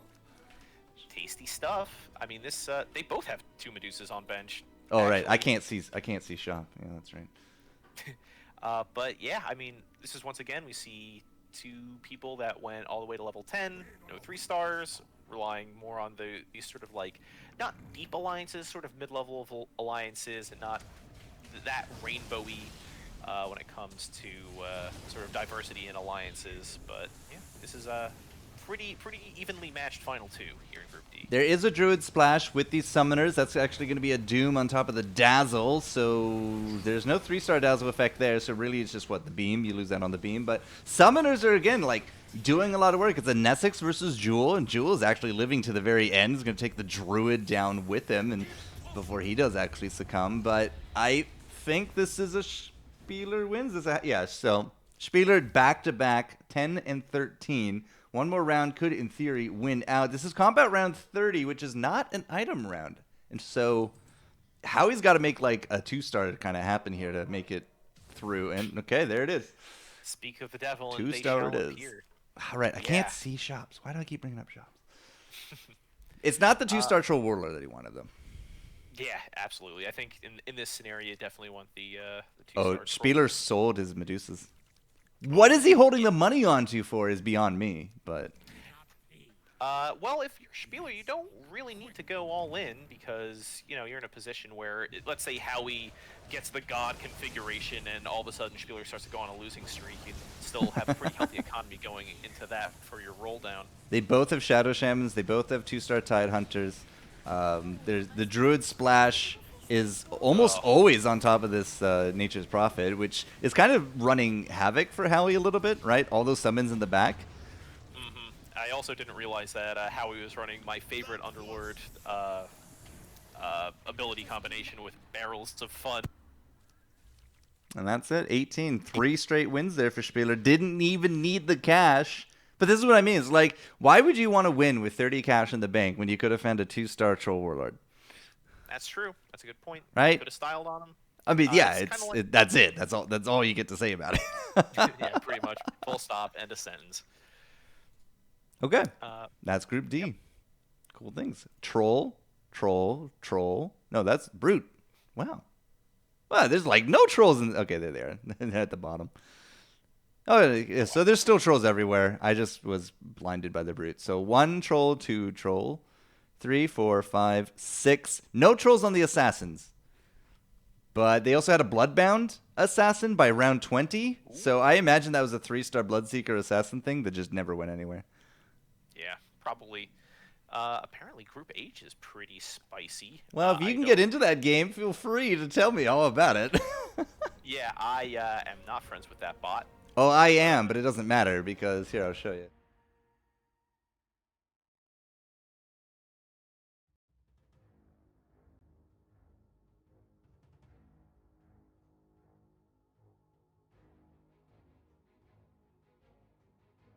You know what? I was muted that whole time. God damn it. Because that's the Don't worry. muted scene. That's the muted scene. Okay. Nice. You can't ever, like, we can't go into H because Underlords never reports us more than 4 things online. I don't know if it's IP or something based, but we can't get to Group H. So. Well, game's still in beta, right? That's the old Dota excuse. But I think we've had all of our round 2 matchups wrap up, so we should have an updated scoreboard at scoreboards.uplesports.com. Scoreboard is up. EO was his name-o. First and first. So, Not bad. EO is Chief? Chief Ed? CE, I think, right? That's definitely an EO on this Yeah. leaderboard. I had to squint at it for a moment there. But yeah, Chief Ed, or Chiefed.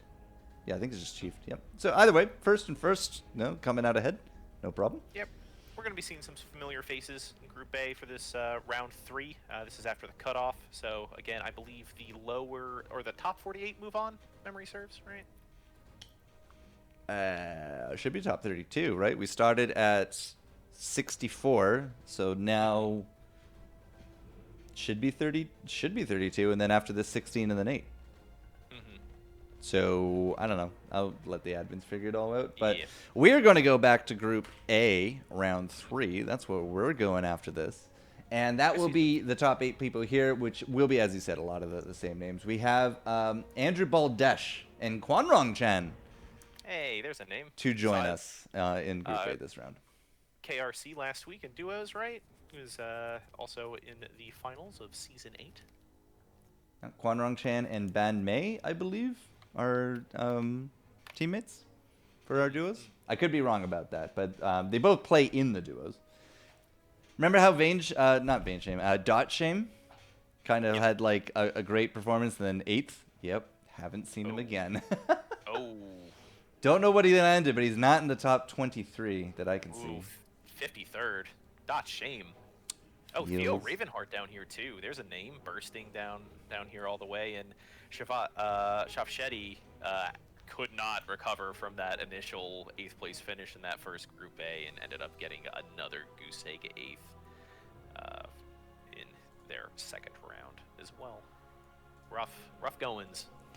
Yeah, as somebody in chat said, the Legion Commander taketh and the Legion Commander... No, giveth and the Legion Commander taketh away.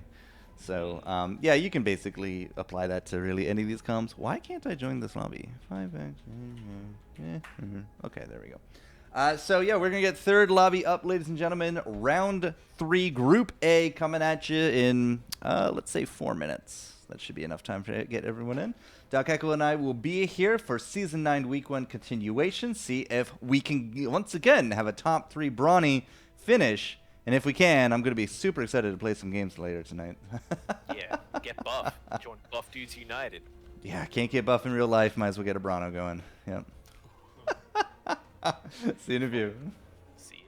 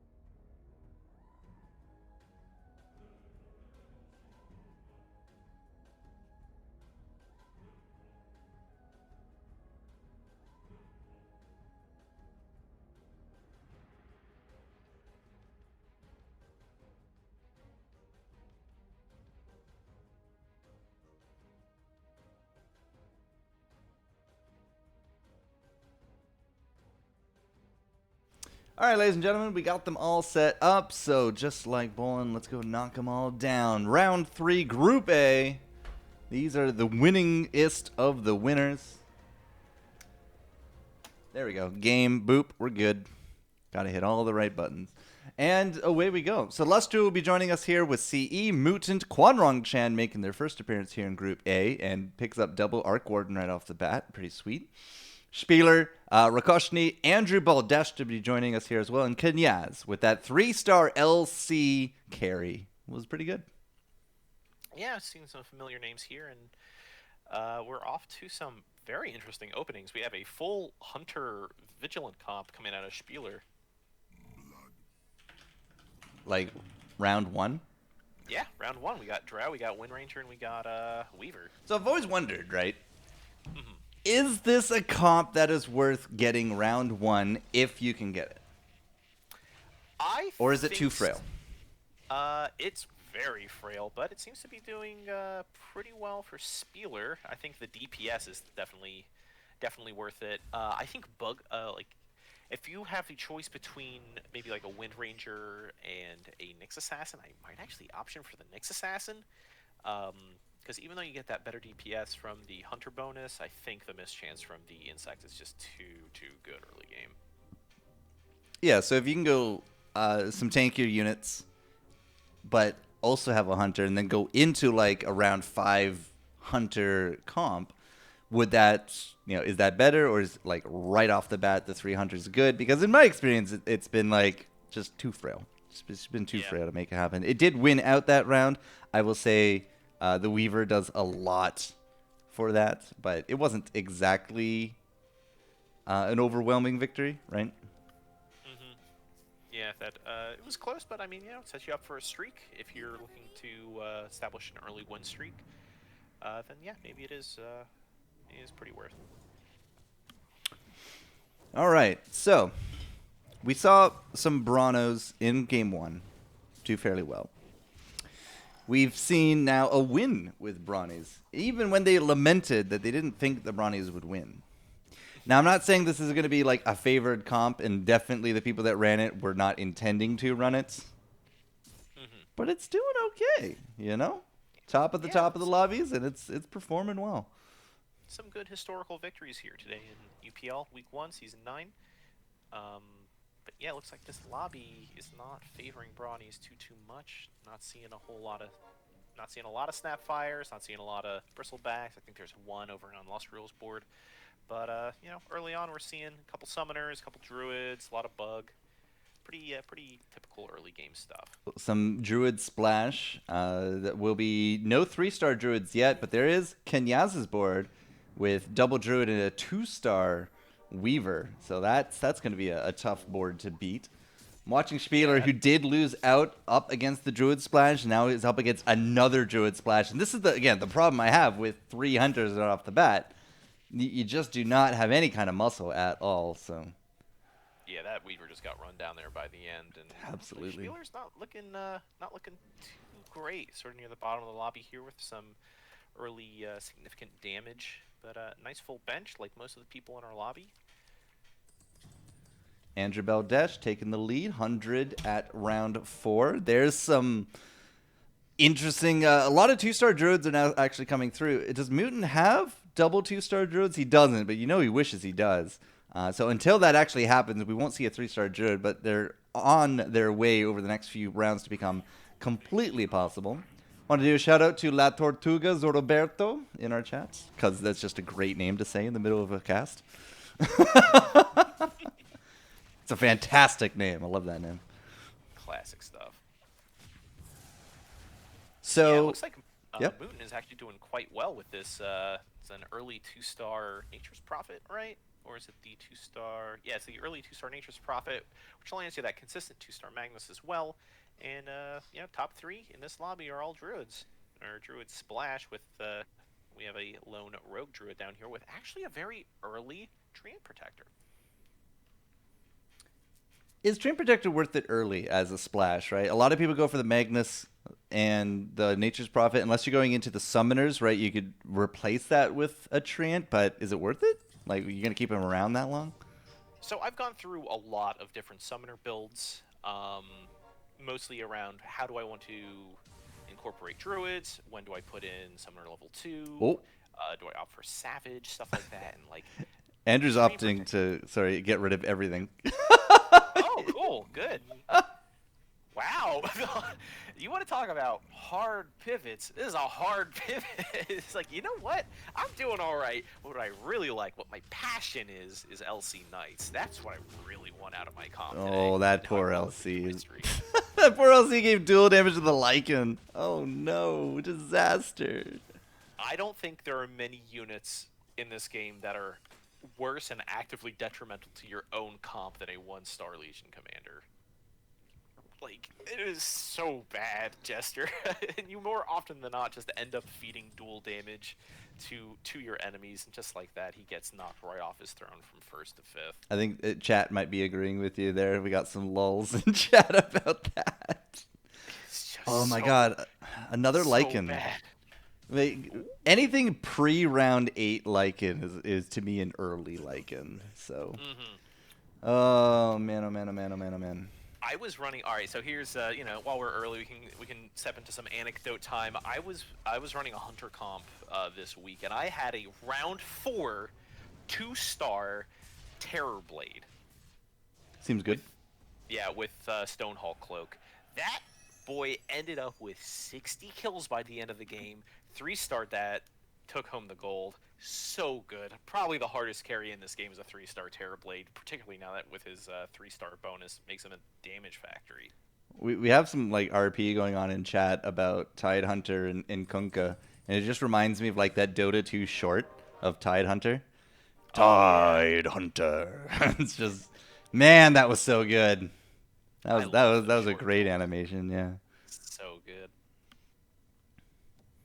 If the Dota community is nothing else, they are very creative. Absolutely. Yeah, and Valve giving you a lot of these tools, right? You don't find this stuff in like, League of Legends or Heroes of New Earth back in the day, because these tools didn't exist. But the machinima opportunities are really there. Wow, the LC actually got this duel off, but didn't kill it in time.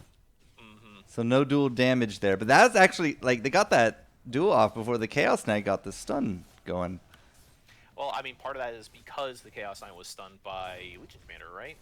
So you're pretty much guaranteed to not have that sort of stun during your duel because of the silence period. I think duel lasts around the same time as that Demon Silence, so, you sort of wins and losses there. Some 2-stars coming through. Let's see what CE was our brawny player last round. He said he just kept getting brawnies, so he just kept going brawnies. Has a Magnus out front, no Druid Splash. Looks like mages are the likely goal. there's 2 insects. There's just a lot of 2-stars in general, right? So yeah, and at this point in the game, that's really kind of all you need. I mean, having good alliances and good synergy is always good, but I mean, I think I see the makings of like a mage spirit thing, but I mean, in these early parts of the game, just crutching off of like a bunch of 2-stars with insects, it's not the worst. It's good paying enough. off for 'em. CE about 5 or 6 in, but Mutant has kind of taken the early game cake. 99 health, has a 7 streak now going strong. Doesn't have a 3-star Druid, and in fact, I don't think is even bothering to buy any more Magnuses here either. So that's fine, but it's just Druid, Savage, Bugs. And this is the winning comp right now. Yep. Yeah, I mean, again, insects. I mean, you look at the lobby, right? Half the lobby's going insects. It's like we always see insects early, but why does no one go for insects late? Because it sucks. Well, yeah, I mean, that's the short answer, Jester, is because it is an absolutely miserable upgrade from the first round, particularly that late in the game, where you can only finish it if you get a 5-star unit, which is a bad design decision in my opinion. But a 5-star unit, damn. Could you imagine what a 5-star Pudge would look like? Unit. Yeah, doing great. Professional caster over here. 5-cost unit with Sand King. Why does that guy only have 1 unit? Oh, it's a 5-star unit. Well, I guess I lose. Yeah. Fucking God Gamer. Sorry, we're getting a little blue there, but yeah, I mean, insects are so good early game because you don't have a lot of units on the board, which means everyone pretty much getting bitten by those insects, and when you have that inherent mischance going on, it is, you know, just by and large really affecting to an attacking team's DPS. So, At least. oh my god, 4 in Essex right off the bat. There's finally our first Hobgin. Tabo Hobgin, 6 in Essex. Can we go for Nope, 5 in Essex, you're right. 5 in Essex, 3 Hobgin. So much for class diversity here today. CE, though, is on a 7 streak. Missed it by 1 round before the big game changers come into play. So will CE actually be able to finish out streak? It's going to be tough. Now that everyone has their Underlords, it typically flips a lot of people's luck around. Yeah, CE's getting this much of a streak together with only bugs and just a bunch of 2-star units. Actually kind of impressive. 3-star on the board. Lustrio finally picks up that Drow Ranger. Was Lustrio a 3-star? No, Spieger. Spieger had her 3-star hunters. But even though with that 3-star, or that, now I'm doing it. Now that even with those 3 hunters, didn't find that 3-star. Looks good for CE? Question mark? Yeah, I think there's enough here. Cannons should win it out, and he will. Yep. That's going to be a streak there. So Lustrio, 58 health, 4 units, and finally a 3-star to the name. Weren't you warning people not to go for a 3-star Drow as a linchpin? Right. 3-star Drow is, I mean, the bonus is fine. You know, the You frost sound arrows are so convinced. niche, I guess. But I mean, you know, was it Lustrel that dropped the, you know, Weaver Drow Wind Ranger in the first round? like you Spieger. were alluding to? Spieger. Oh, that was Spieler? Okay. Who still has him. He has a yeah. 1-star Drow, just, you know, reasons. I'm looking at Lustrel's Benz, and he just, you know, cleared out, made space, and this is a pretty decent 5-unit composition for this point in the game. You got some key alliances going here. You got 1 level of Vigilant, 1 level of Hunter, 1 level of Heartless, and 1 level of Insect. And that could probably do you pretty good, but, I mean, getting that 9th Drow for that 3-star Drow is not going to flip the game on the head like, you know, one thinks it might. Ooh, frozen. Oh, that's not great. Oh, actually, it might be okay. Yep. All right, I want to point out something that Lustrio's doing here, because I think this is really smart, right? Sure.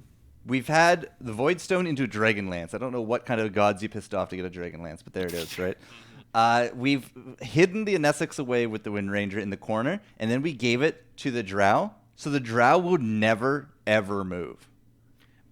She's the gatekeeper to this entrance of the bunker. So you got to go through this 3-star Drow to make it happen. I think that's incredibly smart. I love that. I love that choice. You know, we talk about Dragonlance being sort of like a niche pickup because the unlimited range is kind of a lukewarm effect. But if your goal is to keep everybody in this barricade bunker, like you said, then putting it on a Drow Ranger might not be the worst call. So also means like Nyx Assassins can't get in here, the Weavers can't get in here, Storm Spirits can't get in here, right? Right, and a very important interaction Well, is actually... Never mind, the Pudge Hook will change things up a bit. Pudge is a unit in the game Dota Underlords that can absolutely screw that up. Absolutely. And yeah, it appears that local butcher ruins everything. Lustrials like Pudge would be nice. Actually does pull it out. Weaver, Lustrial's starting to good find unit. find their legs here. But yeah, like I was saying, what was I saying? A lot of things. You say a lot of things. Yeah, Damn, how many units you buying, Lustrial? Yeah, God going damn. for broke over here. Mask of Madness. Crown of Antlers or Mask of Madness? Ooh, I definitely went Mask. But who do you put that on? Who do you put that on? I'm Lustrial here. Put on Drow probably. Yeah.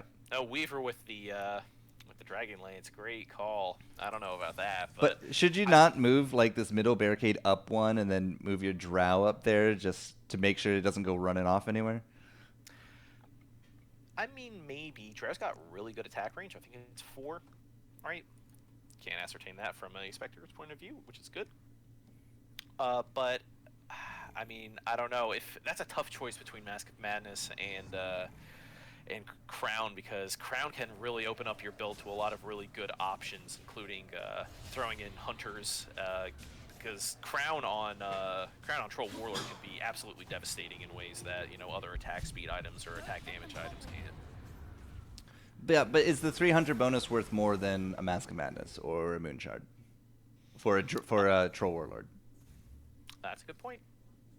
I mean, the chance for the double hit, you lose the you lose the life steal, you lose the ability to silence with Bloodthorn.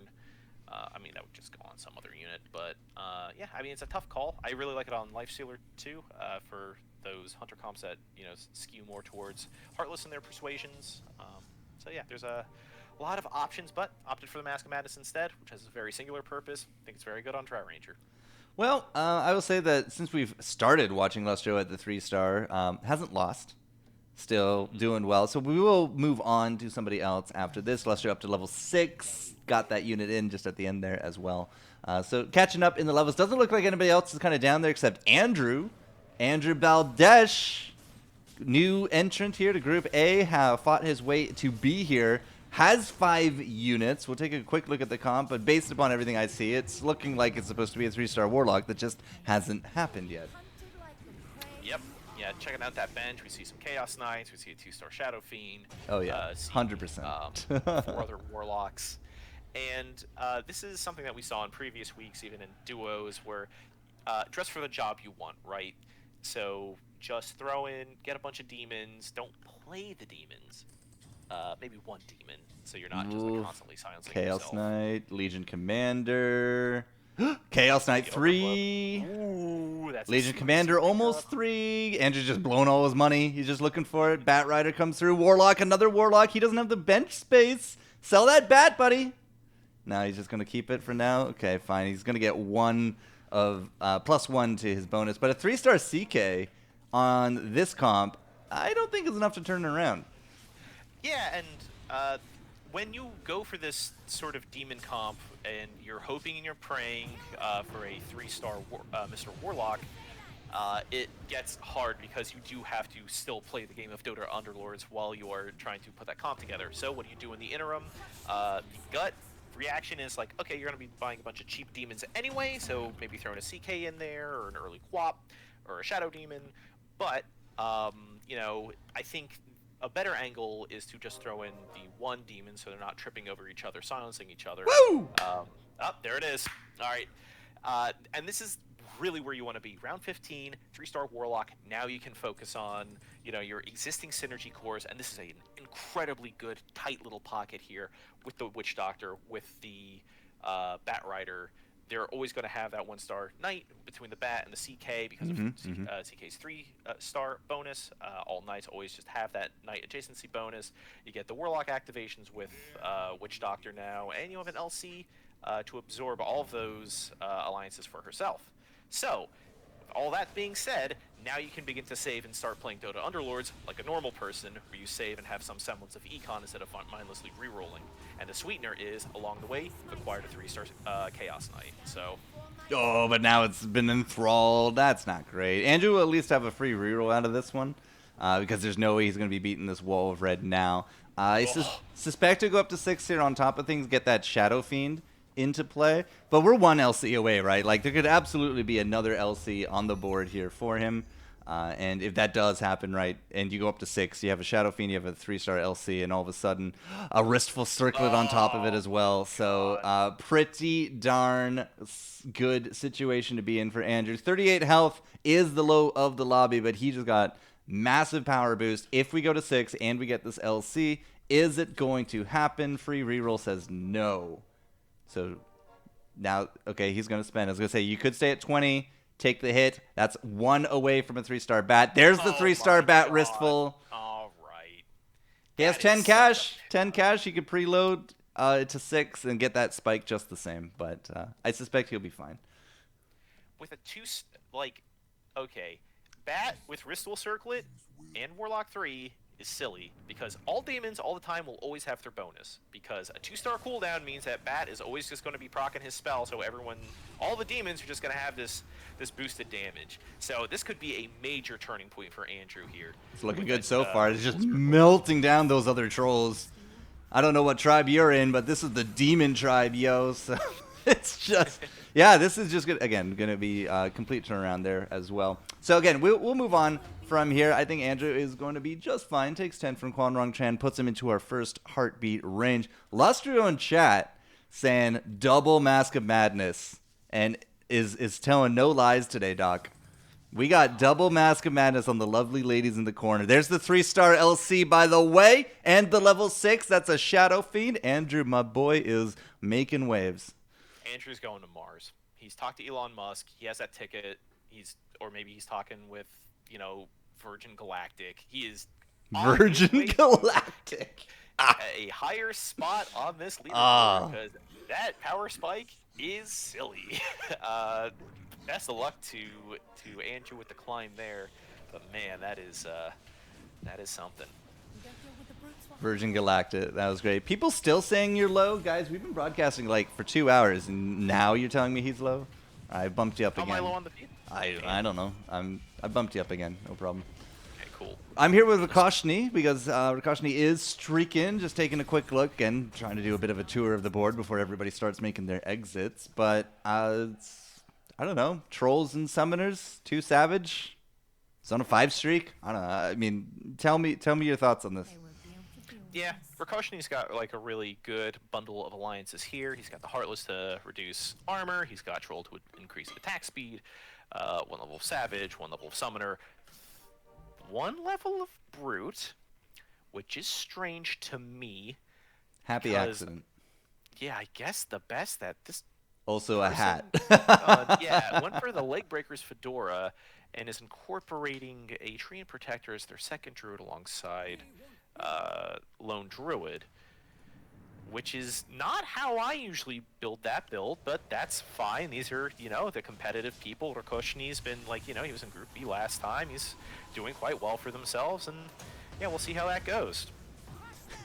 Somebody in chat's like, how did you get all those demons? And they're like, well, somebody removed all the drows from the pool. It's like, what? Yeah. Okay. How could that happen? I don't know how that's related, but some strong opinions flowing out through here. Rakashni will continue streak, victory coming through, so we're going to have to jump back down to the bottom of the ladder. Spieler started off strong with the Hunters, didn't find a 3-star, doesn't really look like we're even close to any 3-stars, and has been struggling to kind of find something happen ever since. Yeah, Spieler has been hanging on to their bugs for quite some time. This is the classic double Heartless into Hunter build. But Spieler has been hanging on to insects. And I think in round 20, there are some things in this life you have to look back and say, I have to let go of this build. And insects at this point in the game, when you've got people level 8, level 9, are just not going to do super well. There's so much AoE going on, those bugs just aren't going to live that long, and I don't know. I don't think it's the play, personally. I'm a little surprised that there's 1-star Broodmother in the mix over 1-star Weaver.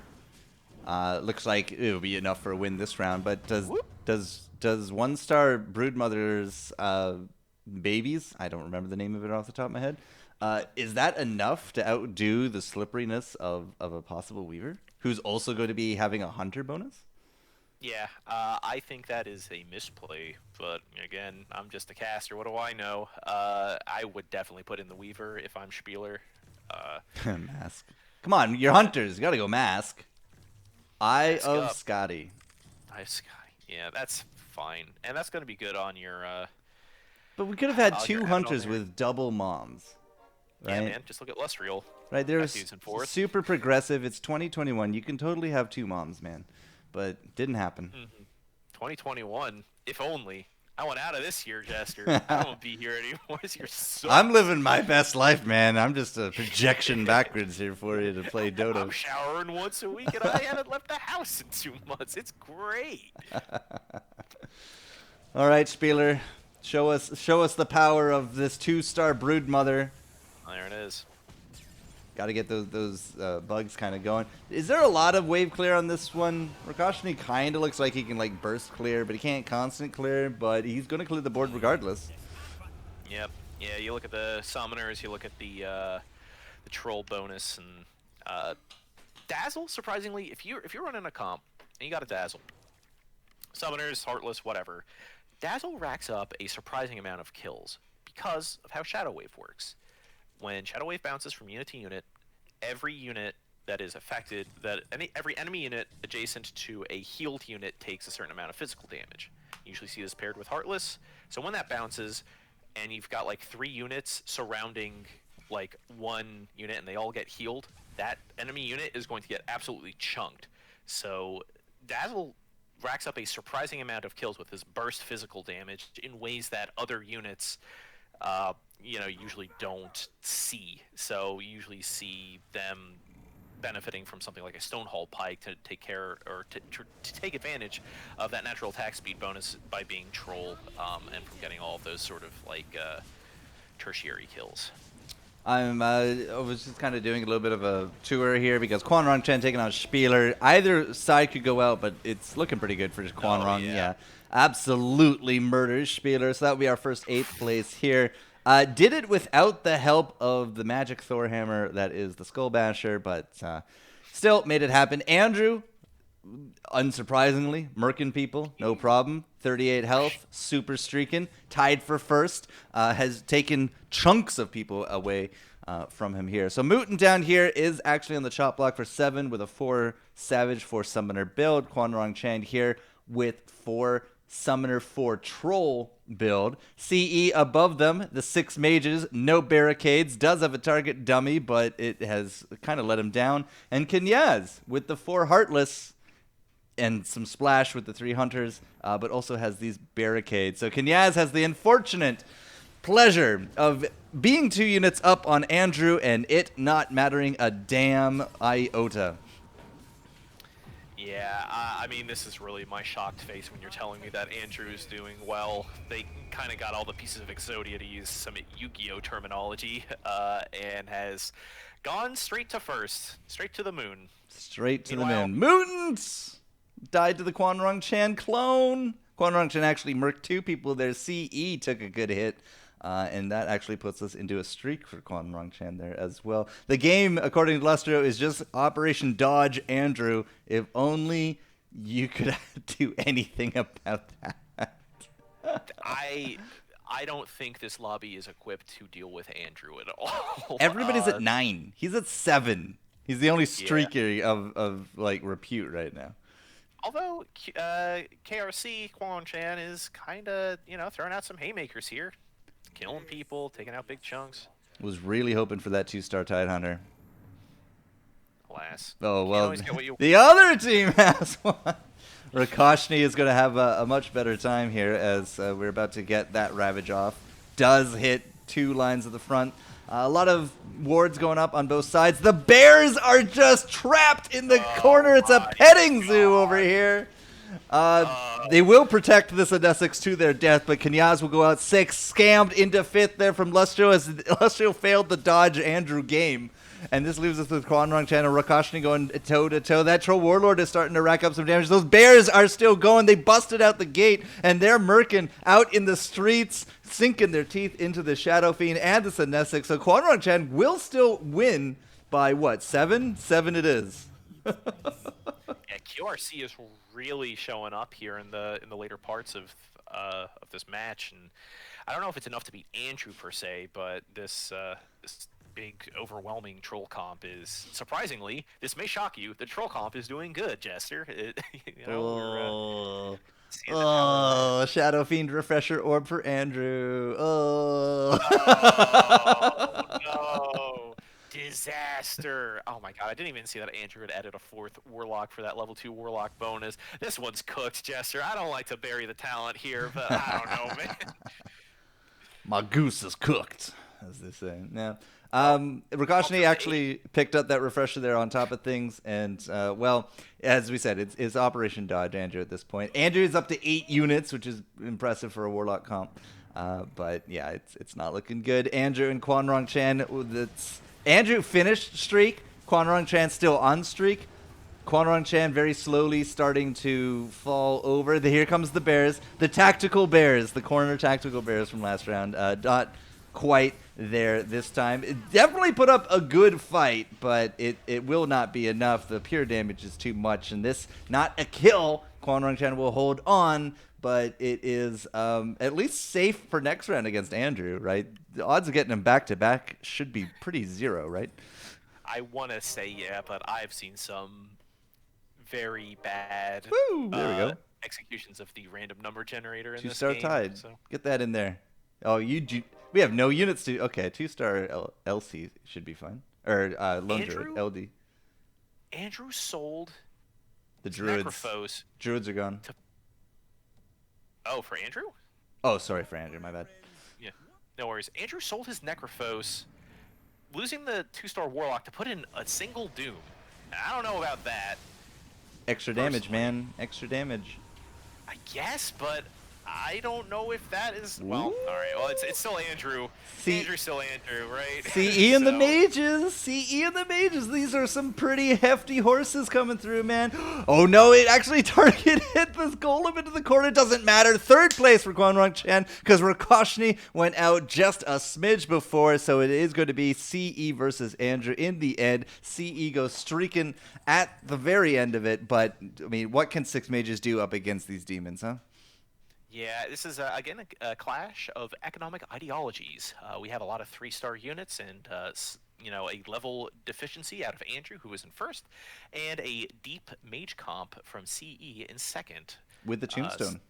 Yeah, with Tombstone, I mean, that could really play to his advantage, having all these units sort of die as the sort of fodder. We also see a 2-star Doom over for CE. This could be a pretty interesting showdown. You know, this actually could have been a much better situation for CE if he had friendly fire, but it's a let's go crazy with mages. So that even with that, right, we're going to get some horses, and the horses are doing damage. As you said, right, the healing is kind of not there for Andrew. And if the healing is not there, then you can't do much against the magic damage. Oh, the I'm gonna kill you 2 coming out from CE. Oh, that was gross. He's mortal. Champ. Chief is like, question mark? What happened? Oh, my goodness. Oh, the multi-dimensional bad manners here. This is what esports is about, Jester. We got taunts in chat, we got sprays, and we got taunts in Twitch chat. You can't see this anywhere else here. God, I love it. All right. I love it so much. You're the theory crafter here, right? We have 3 brutes on board with 6 mage. 3 brutes will apply that 30% damage debuff. 30% damage on those pure damage demons, right? That works, right? Yes. I think the damage is flat, though, from... Right? Oh, yeah, the damage debuff. Yeah, that's going to reduce that pure damage, too, because that's based off of base attack damage. If we can find a refresher orb, it's double horses for a win, right? It's happening. Come on, Crystal Maiden, you got to freeze up. Freeze somebody up. Freeze somebody good up. Horses. It's not happening. Horses.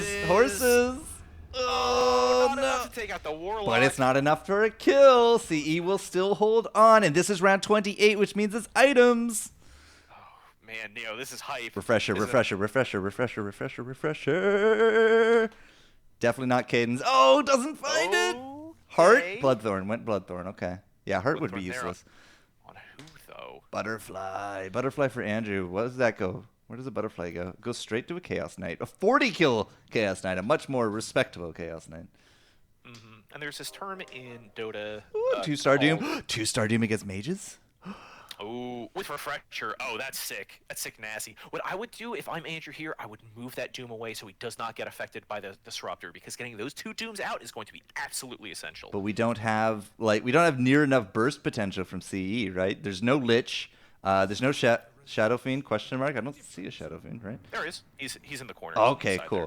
All right. So Shadow Fiend Keeper, they gotta get that burst going. Otherwise, it's not gonna happen. Razor in the front, gonna be taking the hits. That's gonna be a big time stop there into the corner. The horses go through. A lot of 3-stars just dropped, but we do have a Doom. A Doom on top of this Crystal Maiden. There's not gonna be any kind of freezing going on, but the 3-star CK is done. It's not game over, but it will be a win for CE. The horses go marching through. 12 damage against demons in round 29. Hello, what year is this again?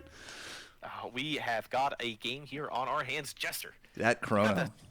They had that double Doom out, doing like Razor and I didn't even see who else got doomed, but they were not the effective Dooms you want to doom Crystal Maiden. Oh, okay. Well, it's a 2-star Crystal Maiden. That's not the best. There are no 3-stars for CE, by the way. Yeah. Again, we're seeing this sort of ideological clash between, investing hard and rerolling early for these 3-star units like Andrew did, and going for those, sort of deeper builds like CE did. Everyone in chat's like, kill the demon bastards! All right, Faceless into the back. Faceless, okay, there's going to be 2 people here. That's going to be the horses going through. That's going to be a disruptor out there. Does not hit the corner of the mages, but the corner's been broken up, and the LC is going through. The LC just absolutely killing that corner. The Dooms must have been amazing this round. Adios. Yeah, that was devastating stuff. I don't know about that Faceless Void pickup for the 10th unit for CE, personally. I mean, it worked out one round, just kind of flopped the next.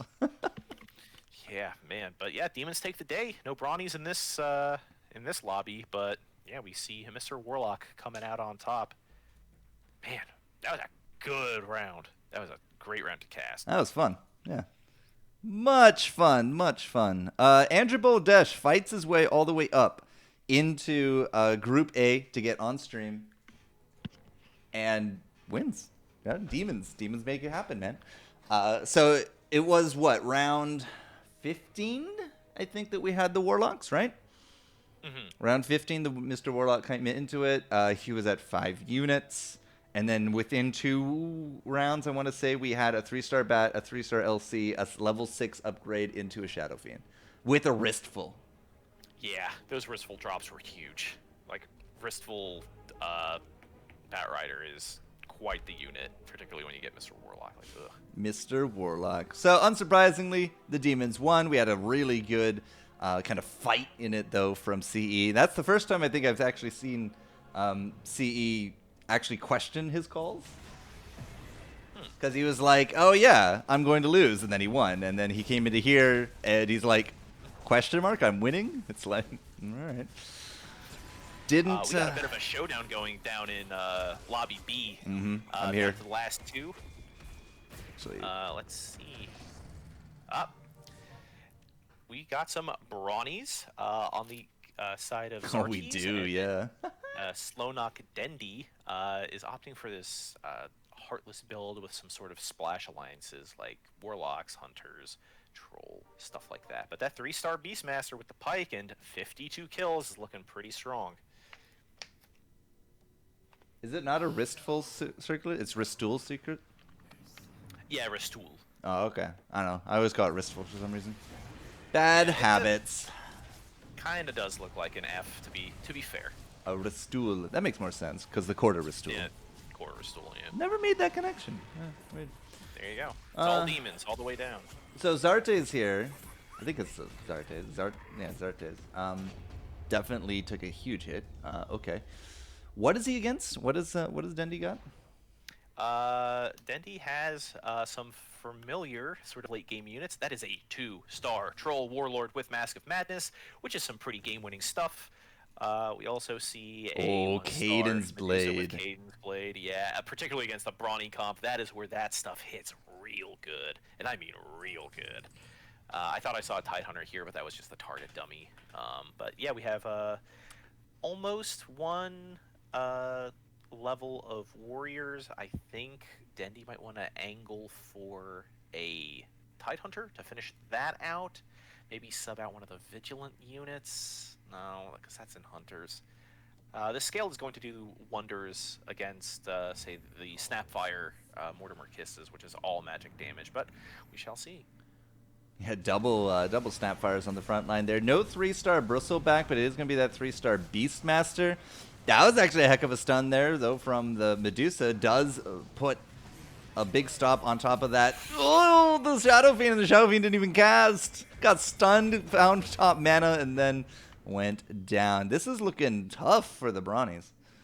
Yeah, I mean, this is like the hardest counter to Brawny I can physically imagine, because not only do we have this Medusa with multi-shot and Cadence Blade, which gives her that % health, max health-based damage, but there's also a Lifestealer here with a Butterfly, and that is a lot of counters for that health stacking Brawny comp that we see in Zartes. Just taking a quick look at everyone else. Remember how we were like, where are all the Knight comps? We found them. Mm-hmm. They were all in. Yeah.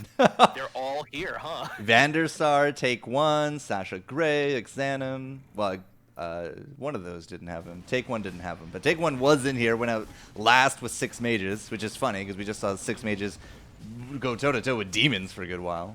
Mm-hmm. And yeah, I don't see a way for Zartes to kind of pull this out. Again, don't like to bury the talent, but that Medusa is taking these Brawnies to task. And there it is. Yeah, too hard to beat out a Medusa and a Troll Warlord, especially as itemed up as they are. Yeah. Okay. No 3-star Bristle kind of hurts, for sure. Yeah. Yeah, for sure, for sure. But it's all good. It's all good. Okay, cool. So that was Group B. So remember, I was still Vanderstar coming into 6th, Take 1 8th, and Exandum 3rd. I don't think there's going to be enough points in any of those to break into round 4 for our last go today.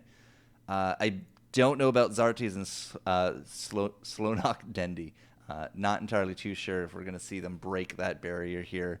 But, yeah, good stuff. Kind of came in at round 30, and they were neck and neck, right? That was actually pretty impressive, because a lot of Group A has been pretty, like, one and then the rest. Yeah, hard divisions between, like, these sort of dominant builds that we've been seeing, and then everything else kind of slides off. But, I mean, you know, we've seen 3 rounds. We've seen 3 top 3 finishes for Brawny comps. And, I mean, that's not something that we can ignore. Time to play more Brawnies.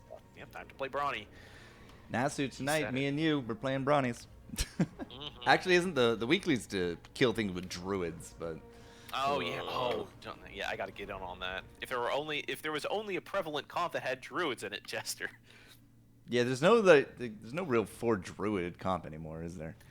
I used to like running 4 druid and savage with summoners, but I think the 2 druid variant is a bit more effective. You sub out the Nature's Prophet for lone druids in later game, and you hang on to that Magnus. I like the early bird, I really do. I think it's a great infusion of weekly content. I think 400 of kill 400 things with X comp or kill 400 unit types is a bit high. It's a bit high. I mean, I'm already over halfway there, apparently, because I play a lot of druid comps. I have 230 Which is kills. fine for you, but, like, you know, the working class, the rest of us here, it's like, you want me to kill 400 of what with this one unit type that almost never gets kills? Yeah, brutes. Like, kill 400 units with brutes.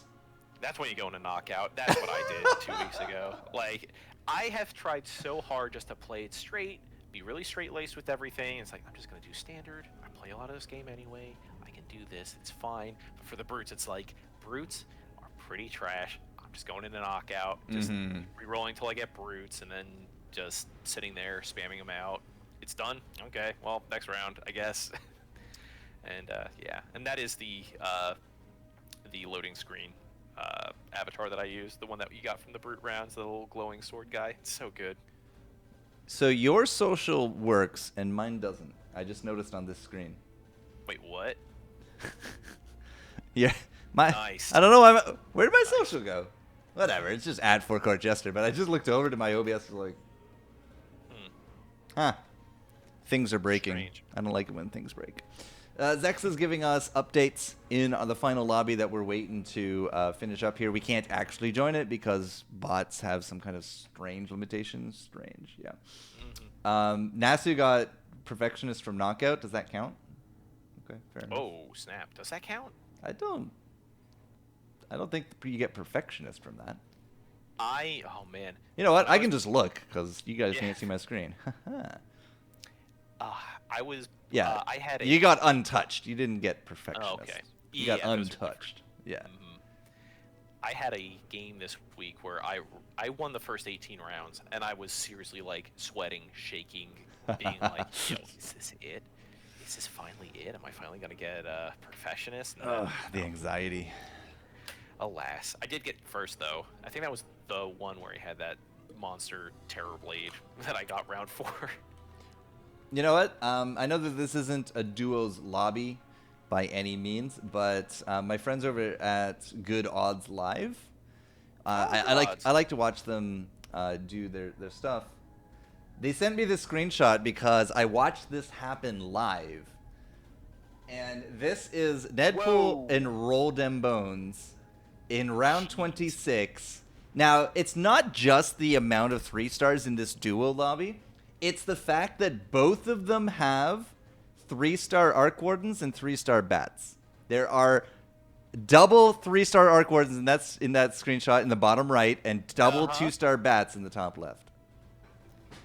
I'm trying to think if this is good itemization for the Arc Wardens. Don't think it matters, man. They Yeah, had they had 18 damn Yeah, bats that is- and Arc Wardens show up in their game. That is wild, and I can only imagine how much health that Bat Rider has with that Stone Hole Cloak. That's nutty. Man, Duos is a strange and terrifying place, Jester. I don't know. Yeah, so that's fun. I know that this is the solo show today, but I got them to screen cap that for me because I saw that happen live, and they're just building it up. And then the funny thing is, after they got the double bats, more bats showed up because all the bats are on one person, right? So the other person can still get bats. Like 27 bats. More bats. When is bats too many bats? You know. That's the, Question immortal mark. question. Yeah. All right, scoreboard is up and ready. So, ladies and gentlemen, going into round 4, Group A of Season 9, Week 1. Our final lobby is pronounced here. So, we have leading the charge, still Chief.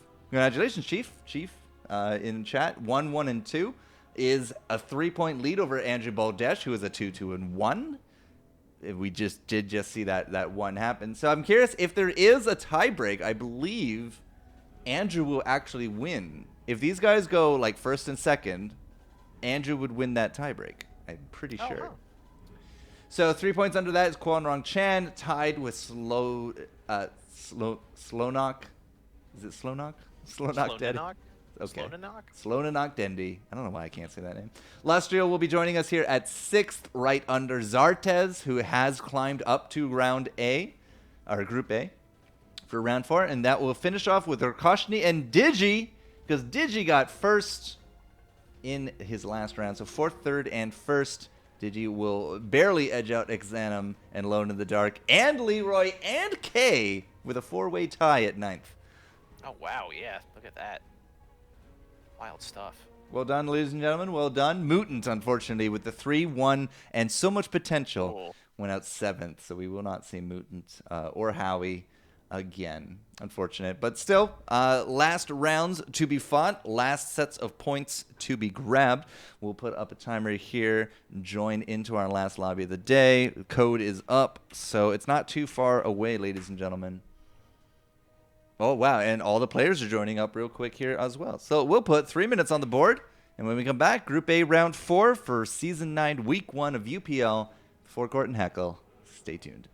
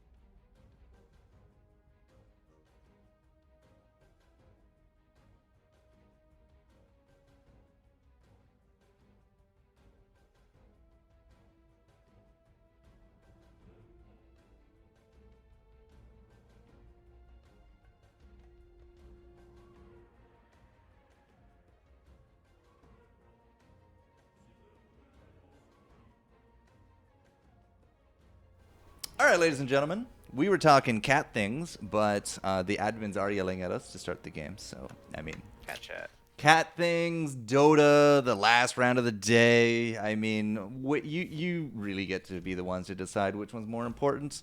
But, we'll just do it and go into the game. Because round 4, Group A, here for Season 9.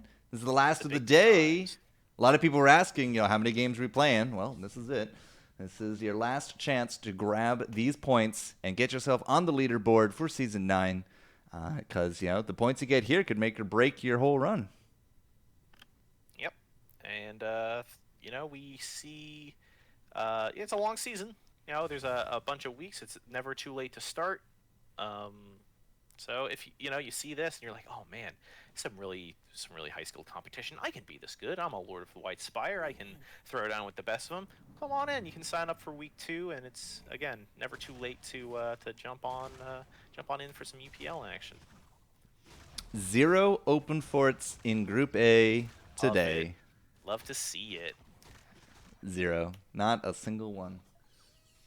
I think Kwanrong Chan may as well have open forted because I don't. Didn't kill a thing. Of all alliances to have one level of, and that be your sole alliance, I think healer might be the worst. I think it might be the worst one. Round 1 healer's not good? You don't say. It may shock you. Might as well have open forted. Yeah, no problem. Now, were they against a Brawny, or was it just a lot of bristles? It was just Double bristles. bristle. But Rakashni sold them. No, Oh, Rakashni. wow. Rip. Yeah, well, we're back to healer. Sounds good. Tiny, going for the tiny? Not going for the tiny? Wow. Digitams with the early 2-star Magnus. A pretty good omen. Actually managed to sweep Andrew and deal 4 damage round 1. Something I don't really see all that often. Wait, he had the 2-star in the first round? Yeah. Wait, he had 2-star with Warlock Bloodseeker first round? Yeah, that's actually Excuse me? incredible first round flop. If Andrew loses by 1 health by the end of it, we can just refer right back to round 1 and be like, well, this happened. Now, will 2 of these empowered Bloodseekers win? Yes, they will. The answer is yes. You just got to feel bad for that Magnus. He does not know where to look. Just had nowhere good to look. Feels bad. All right, well, that's not going to be a big streak for Digi, but all we got to do is find one of these summoners, right? You're out there somewhere. Well, you're not in that row. Okay. We'll keep an eye on it. Keep an eye on it. Oh, he's selling. Selling? Is he rolling? No, he's just going to sell. Okay, fine. Who else? Anything else interesting? CE does have double druids. Oh, wow. Yeah, that could be a powerful start. We got Lustriel going the full Bloodbound opening with 2 Bloodseekers and 1 Warlock. Oh, there's the open fort. Dendi did it. Wow. We Yeah, spoke too soon. I really, truly think that is, when faced with double healers, I think that is the correct call. Might as well just not play anything. This will be another loss. Digi will actually lose out. This one does not have nearly enough in the bank to clear out all them bugs. Lustriel loses to the 4-man CE comp, so much for Cancer. Cancer was now defeated. But CE did go early 4. So the only person there with 4 units has, as I said, the double druid, right? Double druid looks like possible mage, but I don't know. His bench doesn't really give me a lot of hope on that front. Yeah, and we see the makings of an LC Knight comp coming in with Andrew down there in 6th place. Got a couple bugs starting to come out. Is Lustriel going hard all in for Bloodbound units, though? It makes me wonder. Well, the only reason to do that would be for a Mr. Warlock or a 3-star Bloodseeker Assassin comp, right? Mm-hmm. Or, I mean, I've always been a fan of getting a 3-star Ogre Magi for a Demon comp and slapping a Ritual Circlet on him. Oh, look at this. Not Andrew, CE just did a pretty good swap. Barricades? Hello? Yes, sir. Yep. Barricades swapped out the Ogre Razor for double Druid, double Savage, double Summoner, round 5 with Barricades out. This is, yeah, I mean, when you talk about like a little tight quartet, This is a really good trio of level 1 alliances with Druid, Savage, Summoner, and it's a classic. We're going to be seeing that pretty much until the end of the season, unless they do something drastic to those alliances. It's just so good early game and puts you in such a good position to streak early. Lustriel saying, no, I'm going mages, ... I think. Should probably keep your strategy a bit closer to the chest this early on, Lustriel. Yeah, well, he's got one level of mage sitting on his bench and a couple of spirits as well, so that could be the pivot. If they want to start out with Bloodbound, which could be quite good early, and then make the hard pivot into mage. So yeah, we shall see. All right, Dendy. You've been more or less open forwarding this whole time. He's only been fielding the double units for a while, right? Mm-hmm. So, question mark, like, what is the play? What's he going for? I'm looking at his bench. I'm looking at his board. I'm looking at his shop. Question mark. I don't know, man. Yeah, the Shadow Demon and the Magnus don't exactly complement each other too well. And it looks like another open fort play here from Dendy.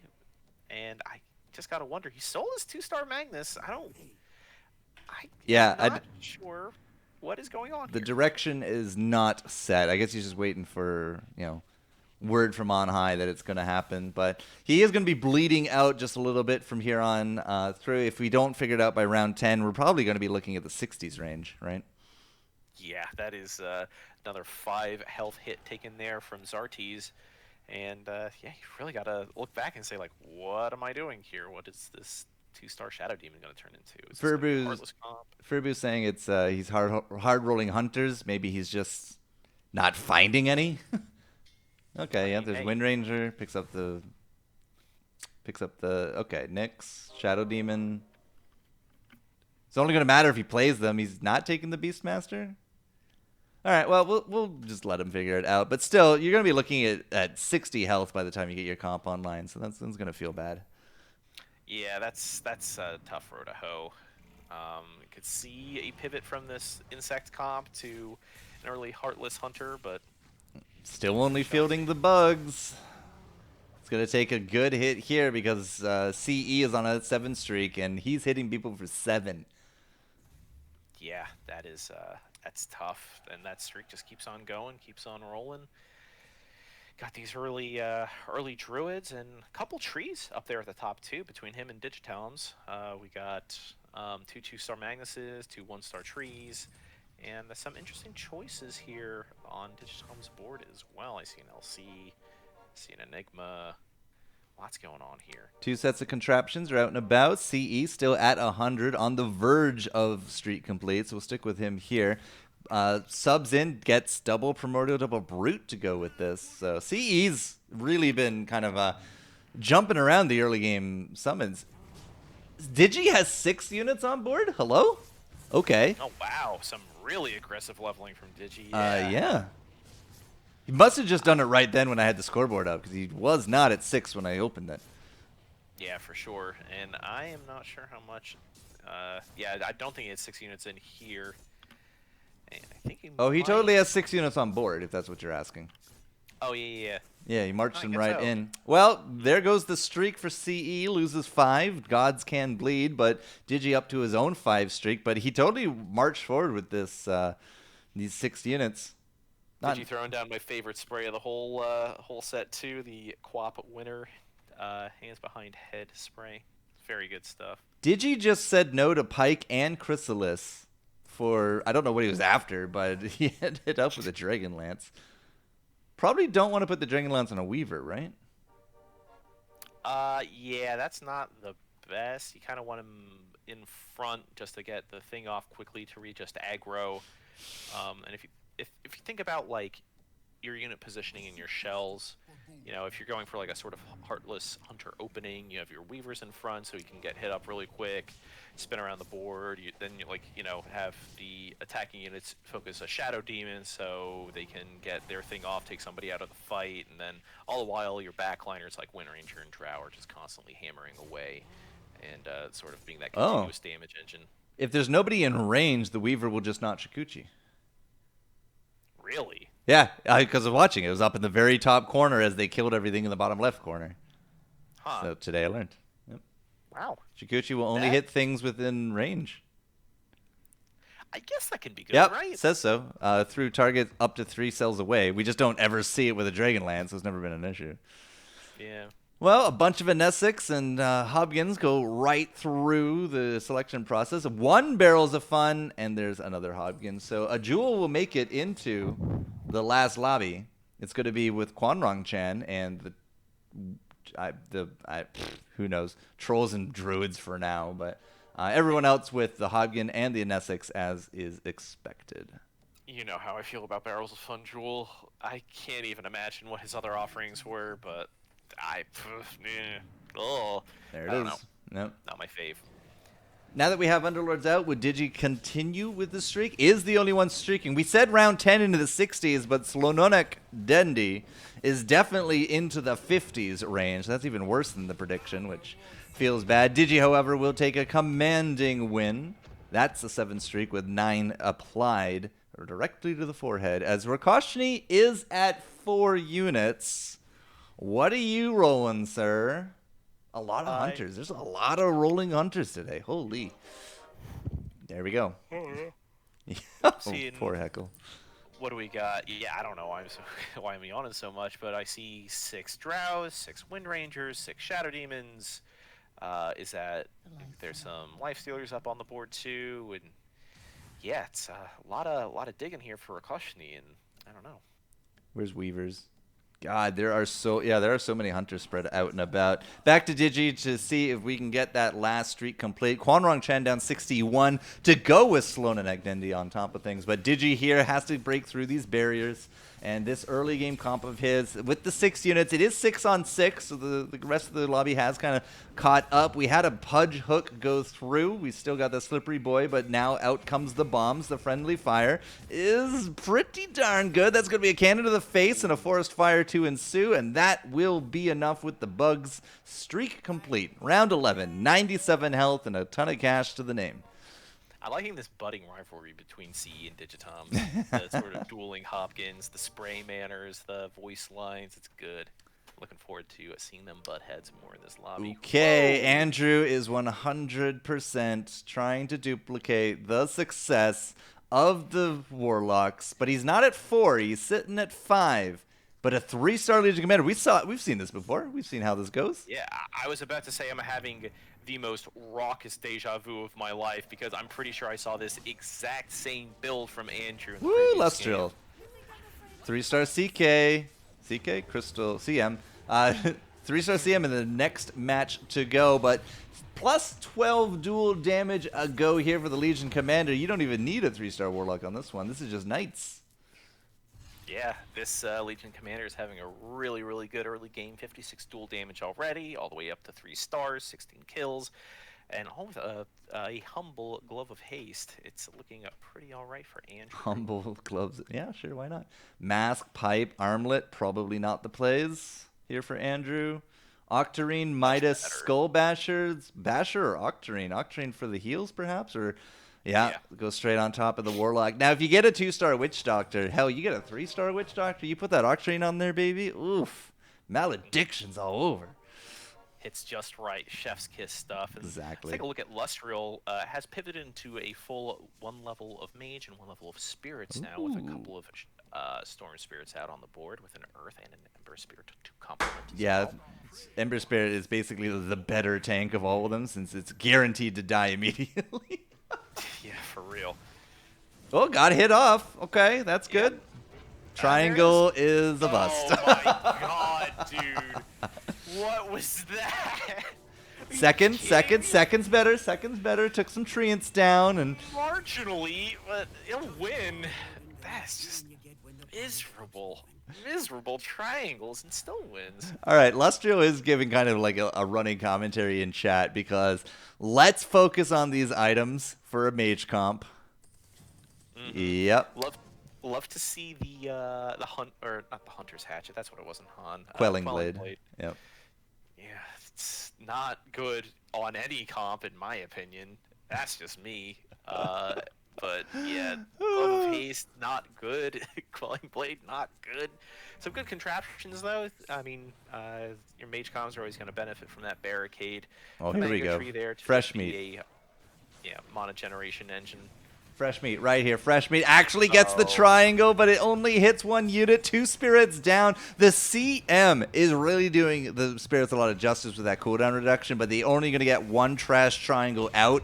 Definitely not the Bermuda of triangles. And, well, the friendly fire takes the edge off the hit, but it is still going to be a hit, as Celestial will take some hits. Now, you want to talk about hits. Let's talk about Quanrong Chan. KRC is just kind of getting devoured like a KFC bucket right now.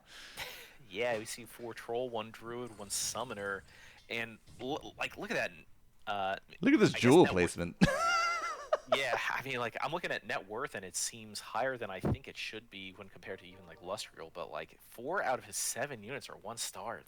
Even with the druid bonus, that is miserable stuff. Quanrong Chan at a record-breaking 311 is the exact opposite of Digi at 11-3. But as you said, net worth not that different. So what is going wrong? Yeah, it's just you need to level up. You Well, gotta get higher stars. 3-star LC is probably not the best game for us to watch because Quanrong Chan can't even touch it, man. Yeah, she may just solo the whole board unless we get some like really good. Oh, that summon placement. So good. Are we going to get a second duel? No, absolutely not. No. Is QRC's gonna win this? Or no? You mean Andrew's going to win this? Yeah, I am. Look I at the completely damage forgot spread. which side was which. The damage spread is pretty miserable. It's Shadow Shaman with Wards and Maelstrom leading the pack.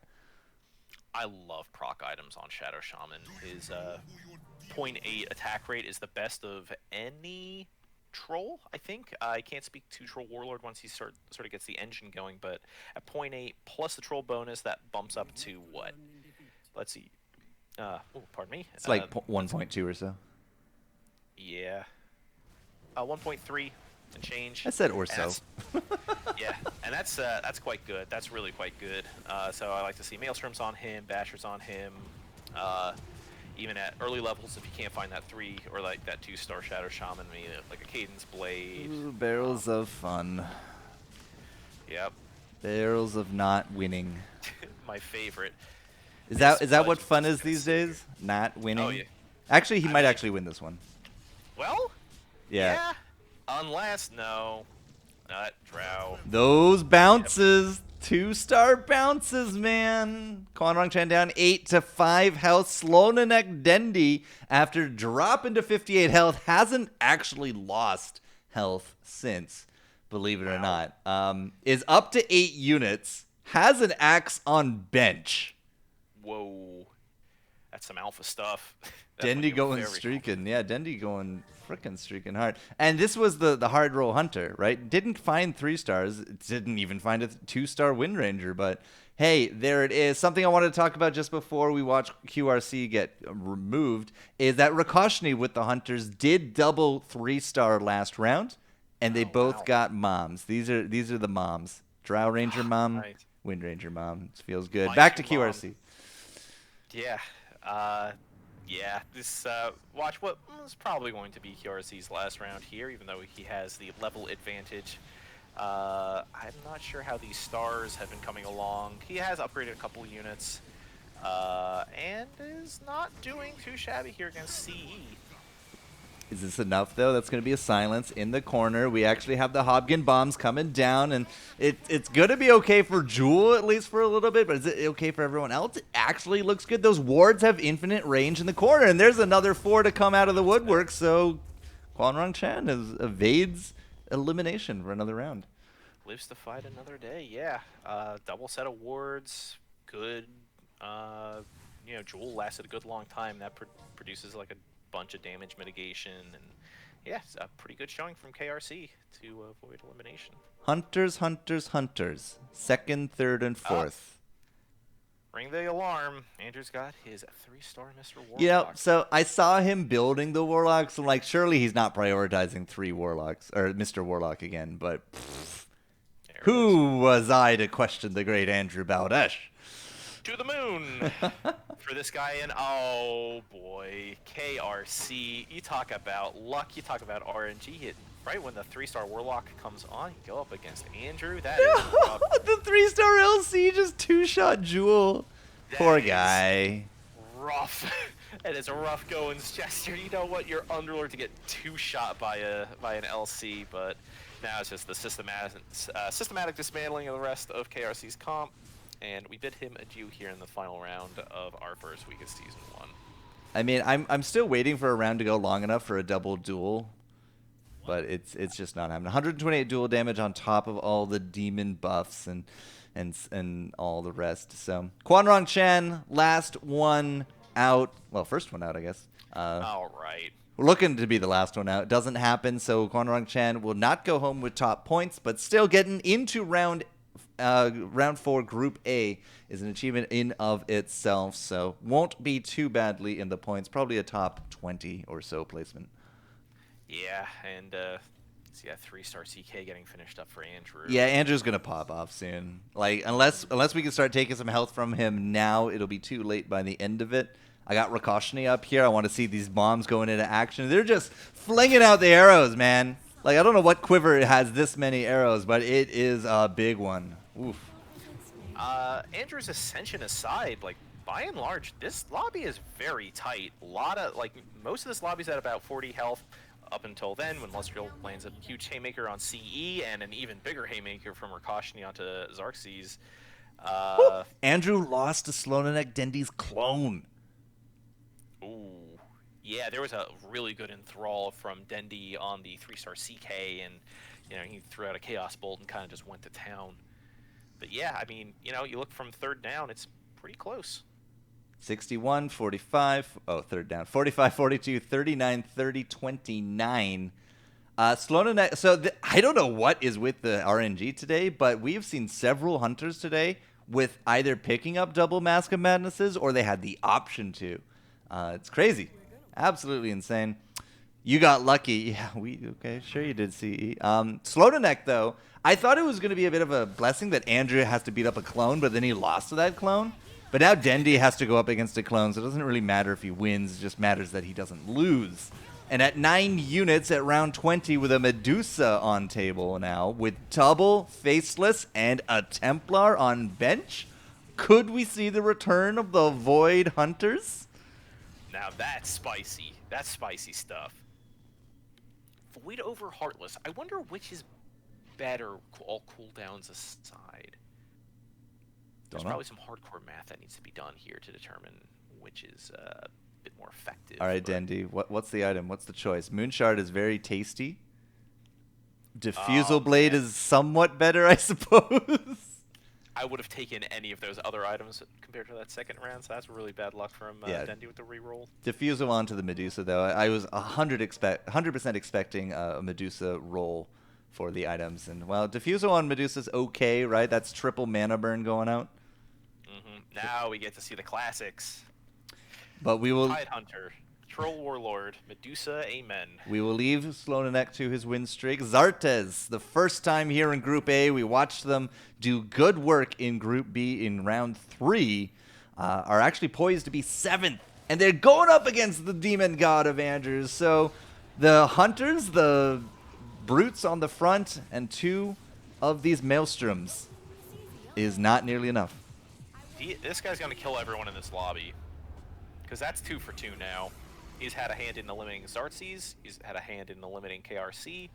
And if I was a gambling man, I would say he goes up against CE next round and probably takes his skull too. Ooh, CE. This is the first time we've seen him down this low in any of our lobbies today. And it's been 4 straight lobbies now of Chief joining us here on Group A. With the 6 mages and the barricades, it's just not happening. Doesn't have enough burst in the tank, right? 1-star Shadow Fiend, 1-star Keeper of Light, has 0 cash left over. So 9 units is kind of like, it's this and bust, right? Yeah, 1-star Storm Spirit, 1-star Shadow Fiend, 1-star Doom. Refresher on the... Is this budget magic then? What's going on? Yeah, right. It is. It's rough goings. Well, it's not Andrew, but it is Slonanek Dendy, the only one streaking in here right now. Those double 3 stars. No, that's Rakoshni with the double 3 stars. Slonenek just very solid, but that's a lot of silence going through. You can't silence hunters though, Doc. Can't happen. Oh my goodness, unless. Nah, it's this will actually be a win up against Slonenek, but barely. Well, hasn't gone against Andrew. And Barely. Andrew's the Grim Reaper here. So he was bound to win that because he can't lose against anybody but Andrew. So. We'll see if you're. By the way, Mhm. yeah, Andrew just got absolutely dumped by Rakoshni, and now he's in heartbeat range. Yeah, Rakoshni is even Lustro in the chat saying Rakoshni is so strong. The double hunters with the double masks, man. Like that goes a long way with a 4 heartless. And who is it? Slonenek, right? Slonenek with he gave up on the dream of the void. Actually diversified quite a bit. Is the only person at 10. Yeah, Slonenek also with 3 5-cost units there with the troll with the mask, Medusa with the diffusal blade and the lone faceless void. I'm with Slonenek here, and that faceless void actually did a lot of work there for the hunters. The Medusa petrified coming in there as well, looking for those diffusal blades. The enthrall will still hit, and it just can't go through it. CE gets out with Digi with 27 health will remain. Lustro takes 9 from Andrew, which is not that bad. But Rakoshni is still out and about, slaying these heartbeats. 68 health, and looking like the final boss of today's stream. Yeah, I was watching CE's match in that last round, and he actually kind of screwed himself over by Yule Sceptering somebody that Yule Sceptering actually the enemy Hopkin that would have been hit by a horsey wave from Coddle, but ended up dodging it via the Yules. All right, Lustriel, do us proud. One of our chat warriors and steadfast viewers taking on Rakoshni. Not great start, but come on, Spirits. There's 3 of you out there for the Storm variety alone. Triangle 1 does hit, brings them down. Rakoshni here is actually looking a little bit low, but where's the rest of the Spirits? Spirits will actually hit the double moms, and there goes the trains just kind of going back and forth. Is there another triangle? We don't have enough bodies, and that is going to be a 12 loss for Lustriel. Yeah, brutal stuff there. I mean, that the damage engine from Rakoshni with those hunters with the mobs is Andrew like, lost so much. Yeah, I was watching somebody. I was watching Dendi, actually. I was watching Slonenek, who had just hit a 2-star Faceless Void. Now, I want you to take a look at how much damage he does. 310 damage with a 0.83 attack rate, some of the highest DPS in the game. Refresher! I love this Jester.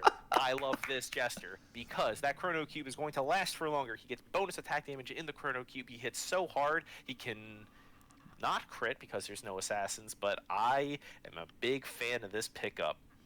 All right. Andrew with the 3 health Demon Dream. Lustriel sitting at 10. Slonenek Dendi not likely to get eliminated at 21, but it is Slonenek on 2 boards. Digi has to contend with this as well as Lustriel, looking for the first cube as Digi is trying to just play defense here. There's cube number 1. Into the back, the hunters are still cleaning up the front line. Cube number 2, the rest of the front line is done and dusted. Even with the bear now sitting here, Lustriel does not sneak into 4th, will be eliminated 5th, and Digi will take a huge hit here. 19 as Andrew is done against Rakoshni. The demons will not take a second first. Yeah, I mean, Andrew was looking good there for a while.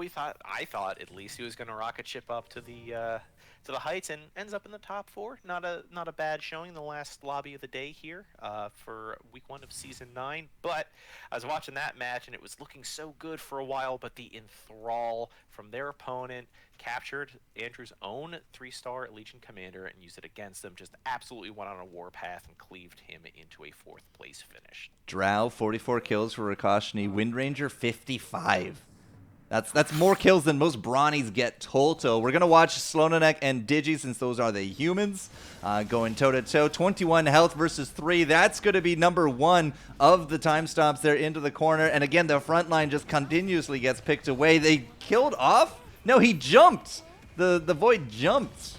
No, it's not going to be a refresher on that one, but will it actually matter? The Medusa finally down. It's Medusa v. Medusa, but the Warlord with the lifesteal. Did they live long enough? The arrows are flying thick and furious, but Mirana will kill one, will still actually be alive. 132 health. Can they actually 58? Zero does go down to the little demon archer. Man, disaster. That was looking so good for Digi there at the end, but Mirana just couldn't bring it home.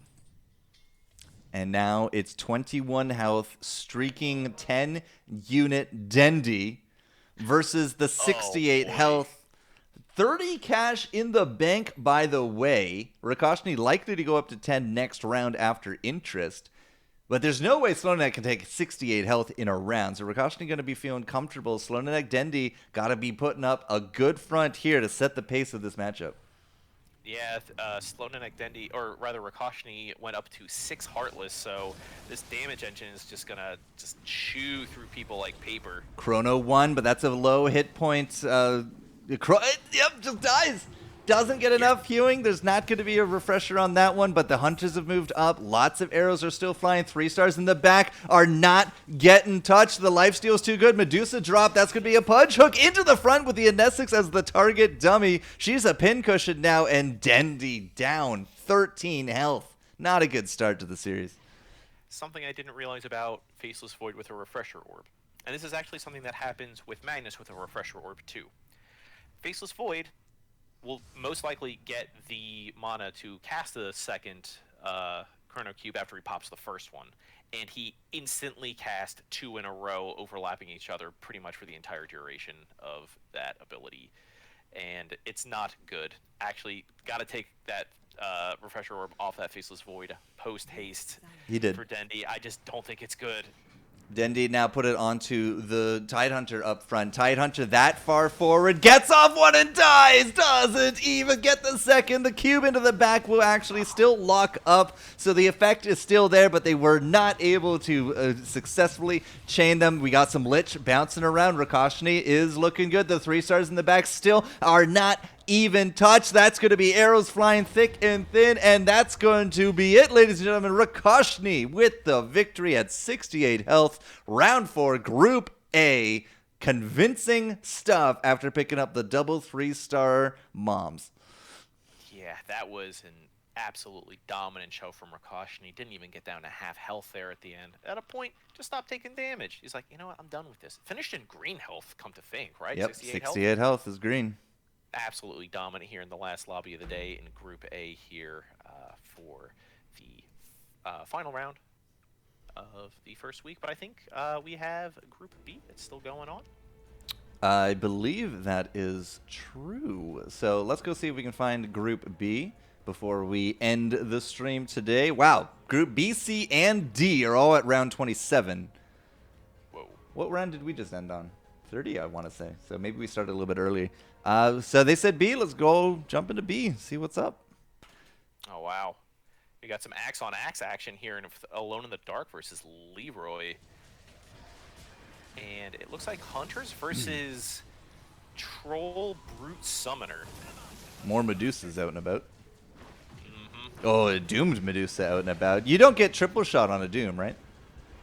I believe you lose split shot, yeah. It should break as well as silence and all that stuff. So split shot is out. I believe it disables items, so if you have like a Stonehall Cloak, all that bonus health goes away. Can't refresh. Can't refresh on break, which is pretty nuts too. That's a little interaction I found out in some of my travels in Q. So there was another 6 assassin attempt. They went out in round 21, but there was another attempt at it. Yeah, right down there at the bottom. See some familiar pairings for that 6 Assassin. The Dragons to pair with Viper, and the Insects to pair with Nyx Assassin. Pretty natural stuff, but did not cut it here today. 8th place finish for Itachi, right? Down there in 8th. Ooh, who did we doom here? I'm watching Xana vs. Alone in the Dark since we will follow the humans. We doomed the Necrophos. Doesn't seem to matter too much. The healing that he was to provide was not needed by any means, but he does. It's a refresher, Necro. Hello? That is bad. I'm gonna be straight with you here, Jester. That is a very bad Well, unit. One of the worst units for Refresher Orb. It's like him and Bristleback. it was enough really to beat bad. Alone in the Dark. Exanim's clone will not beat Leroy. Not by much, but they... Oh my god. Wait. Hold on a second. Hold on a second. That's an Essex Wars with a Warlock in the back. Yeah, this is an unwinnable scenario for Xanim's or for Leroy here. So right? Exanim does win on both boards.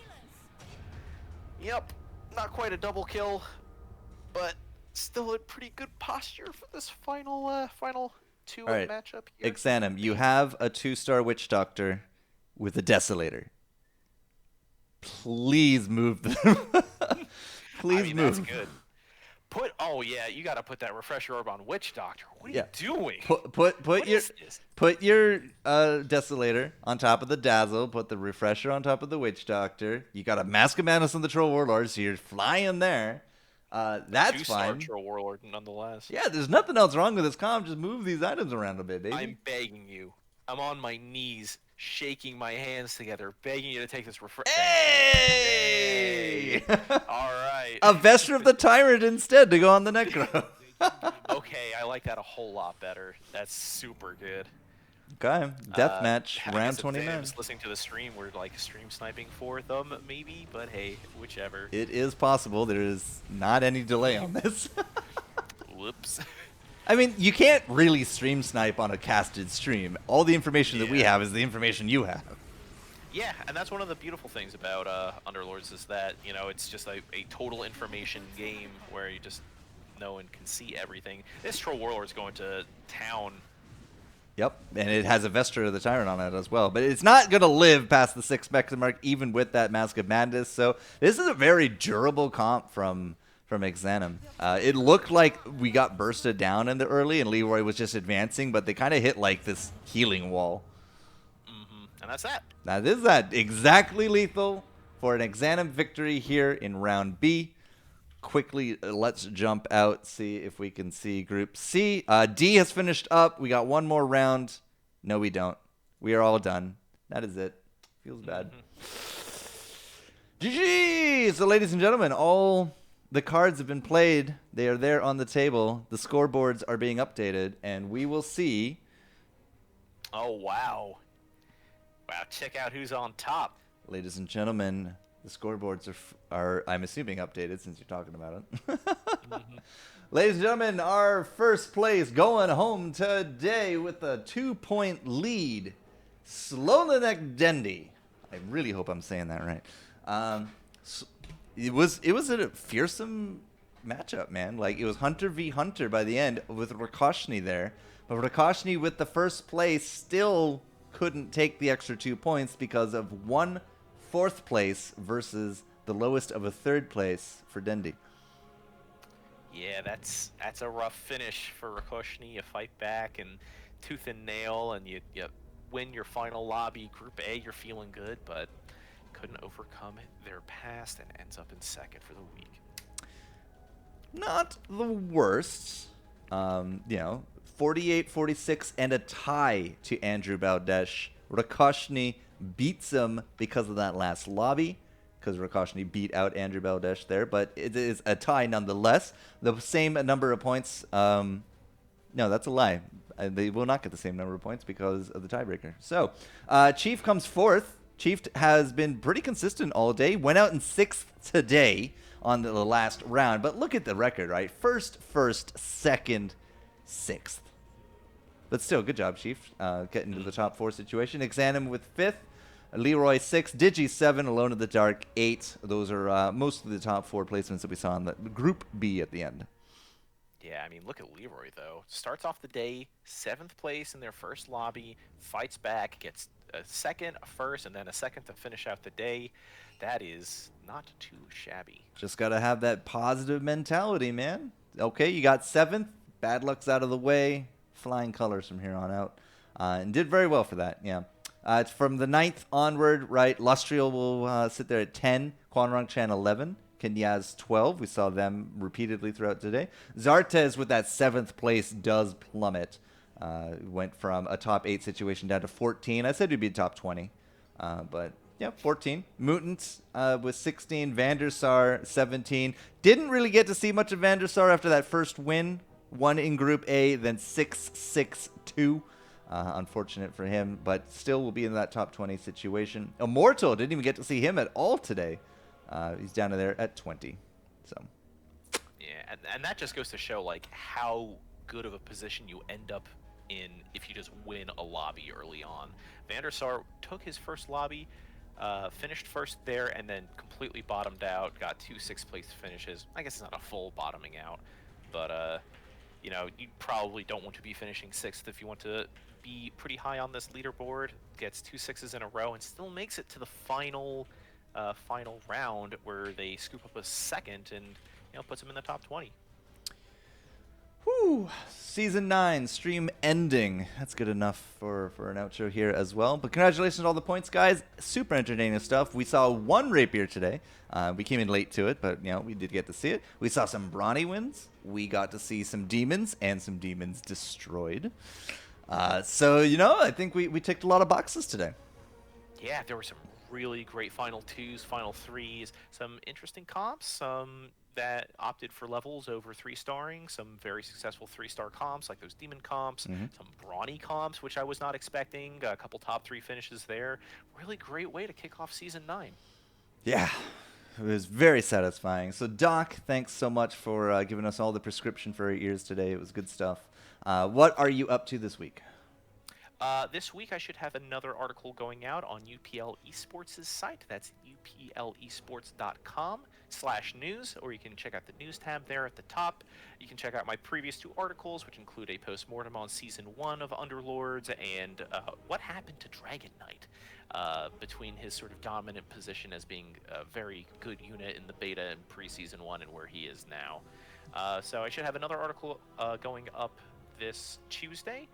And beyond that, I'm hoping to hit Lord sometime this week, and then I can die in peace forever, because I will have achieved Lord Whitespire. Yeah, right at the end of Season 1, and then we all get reset.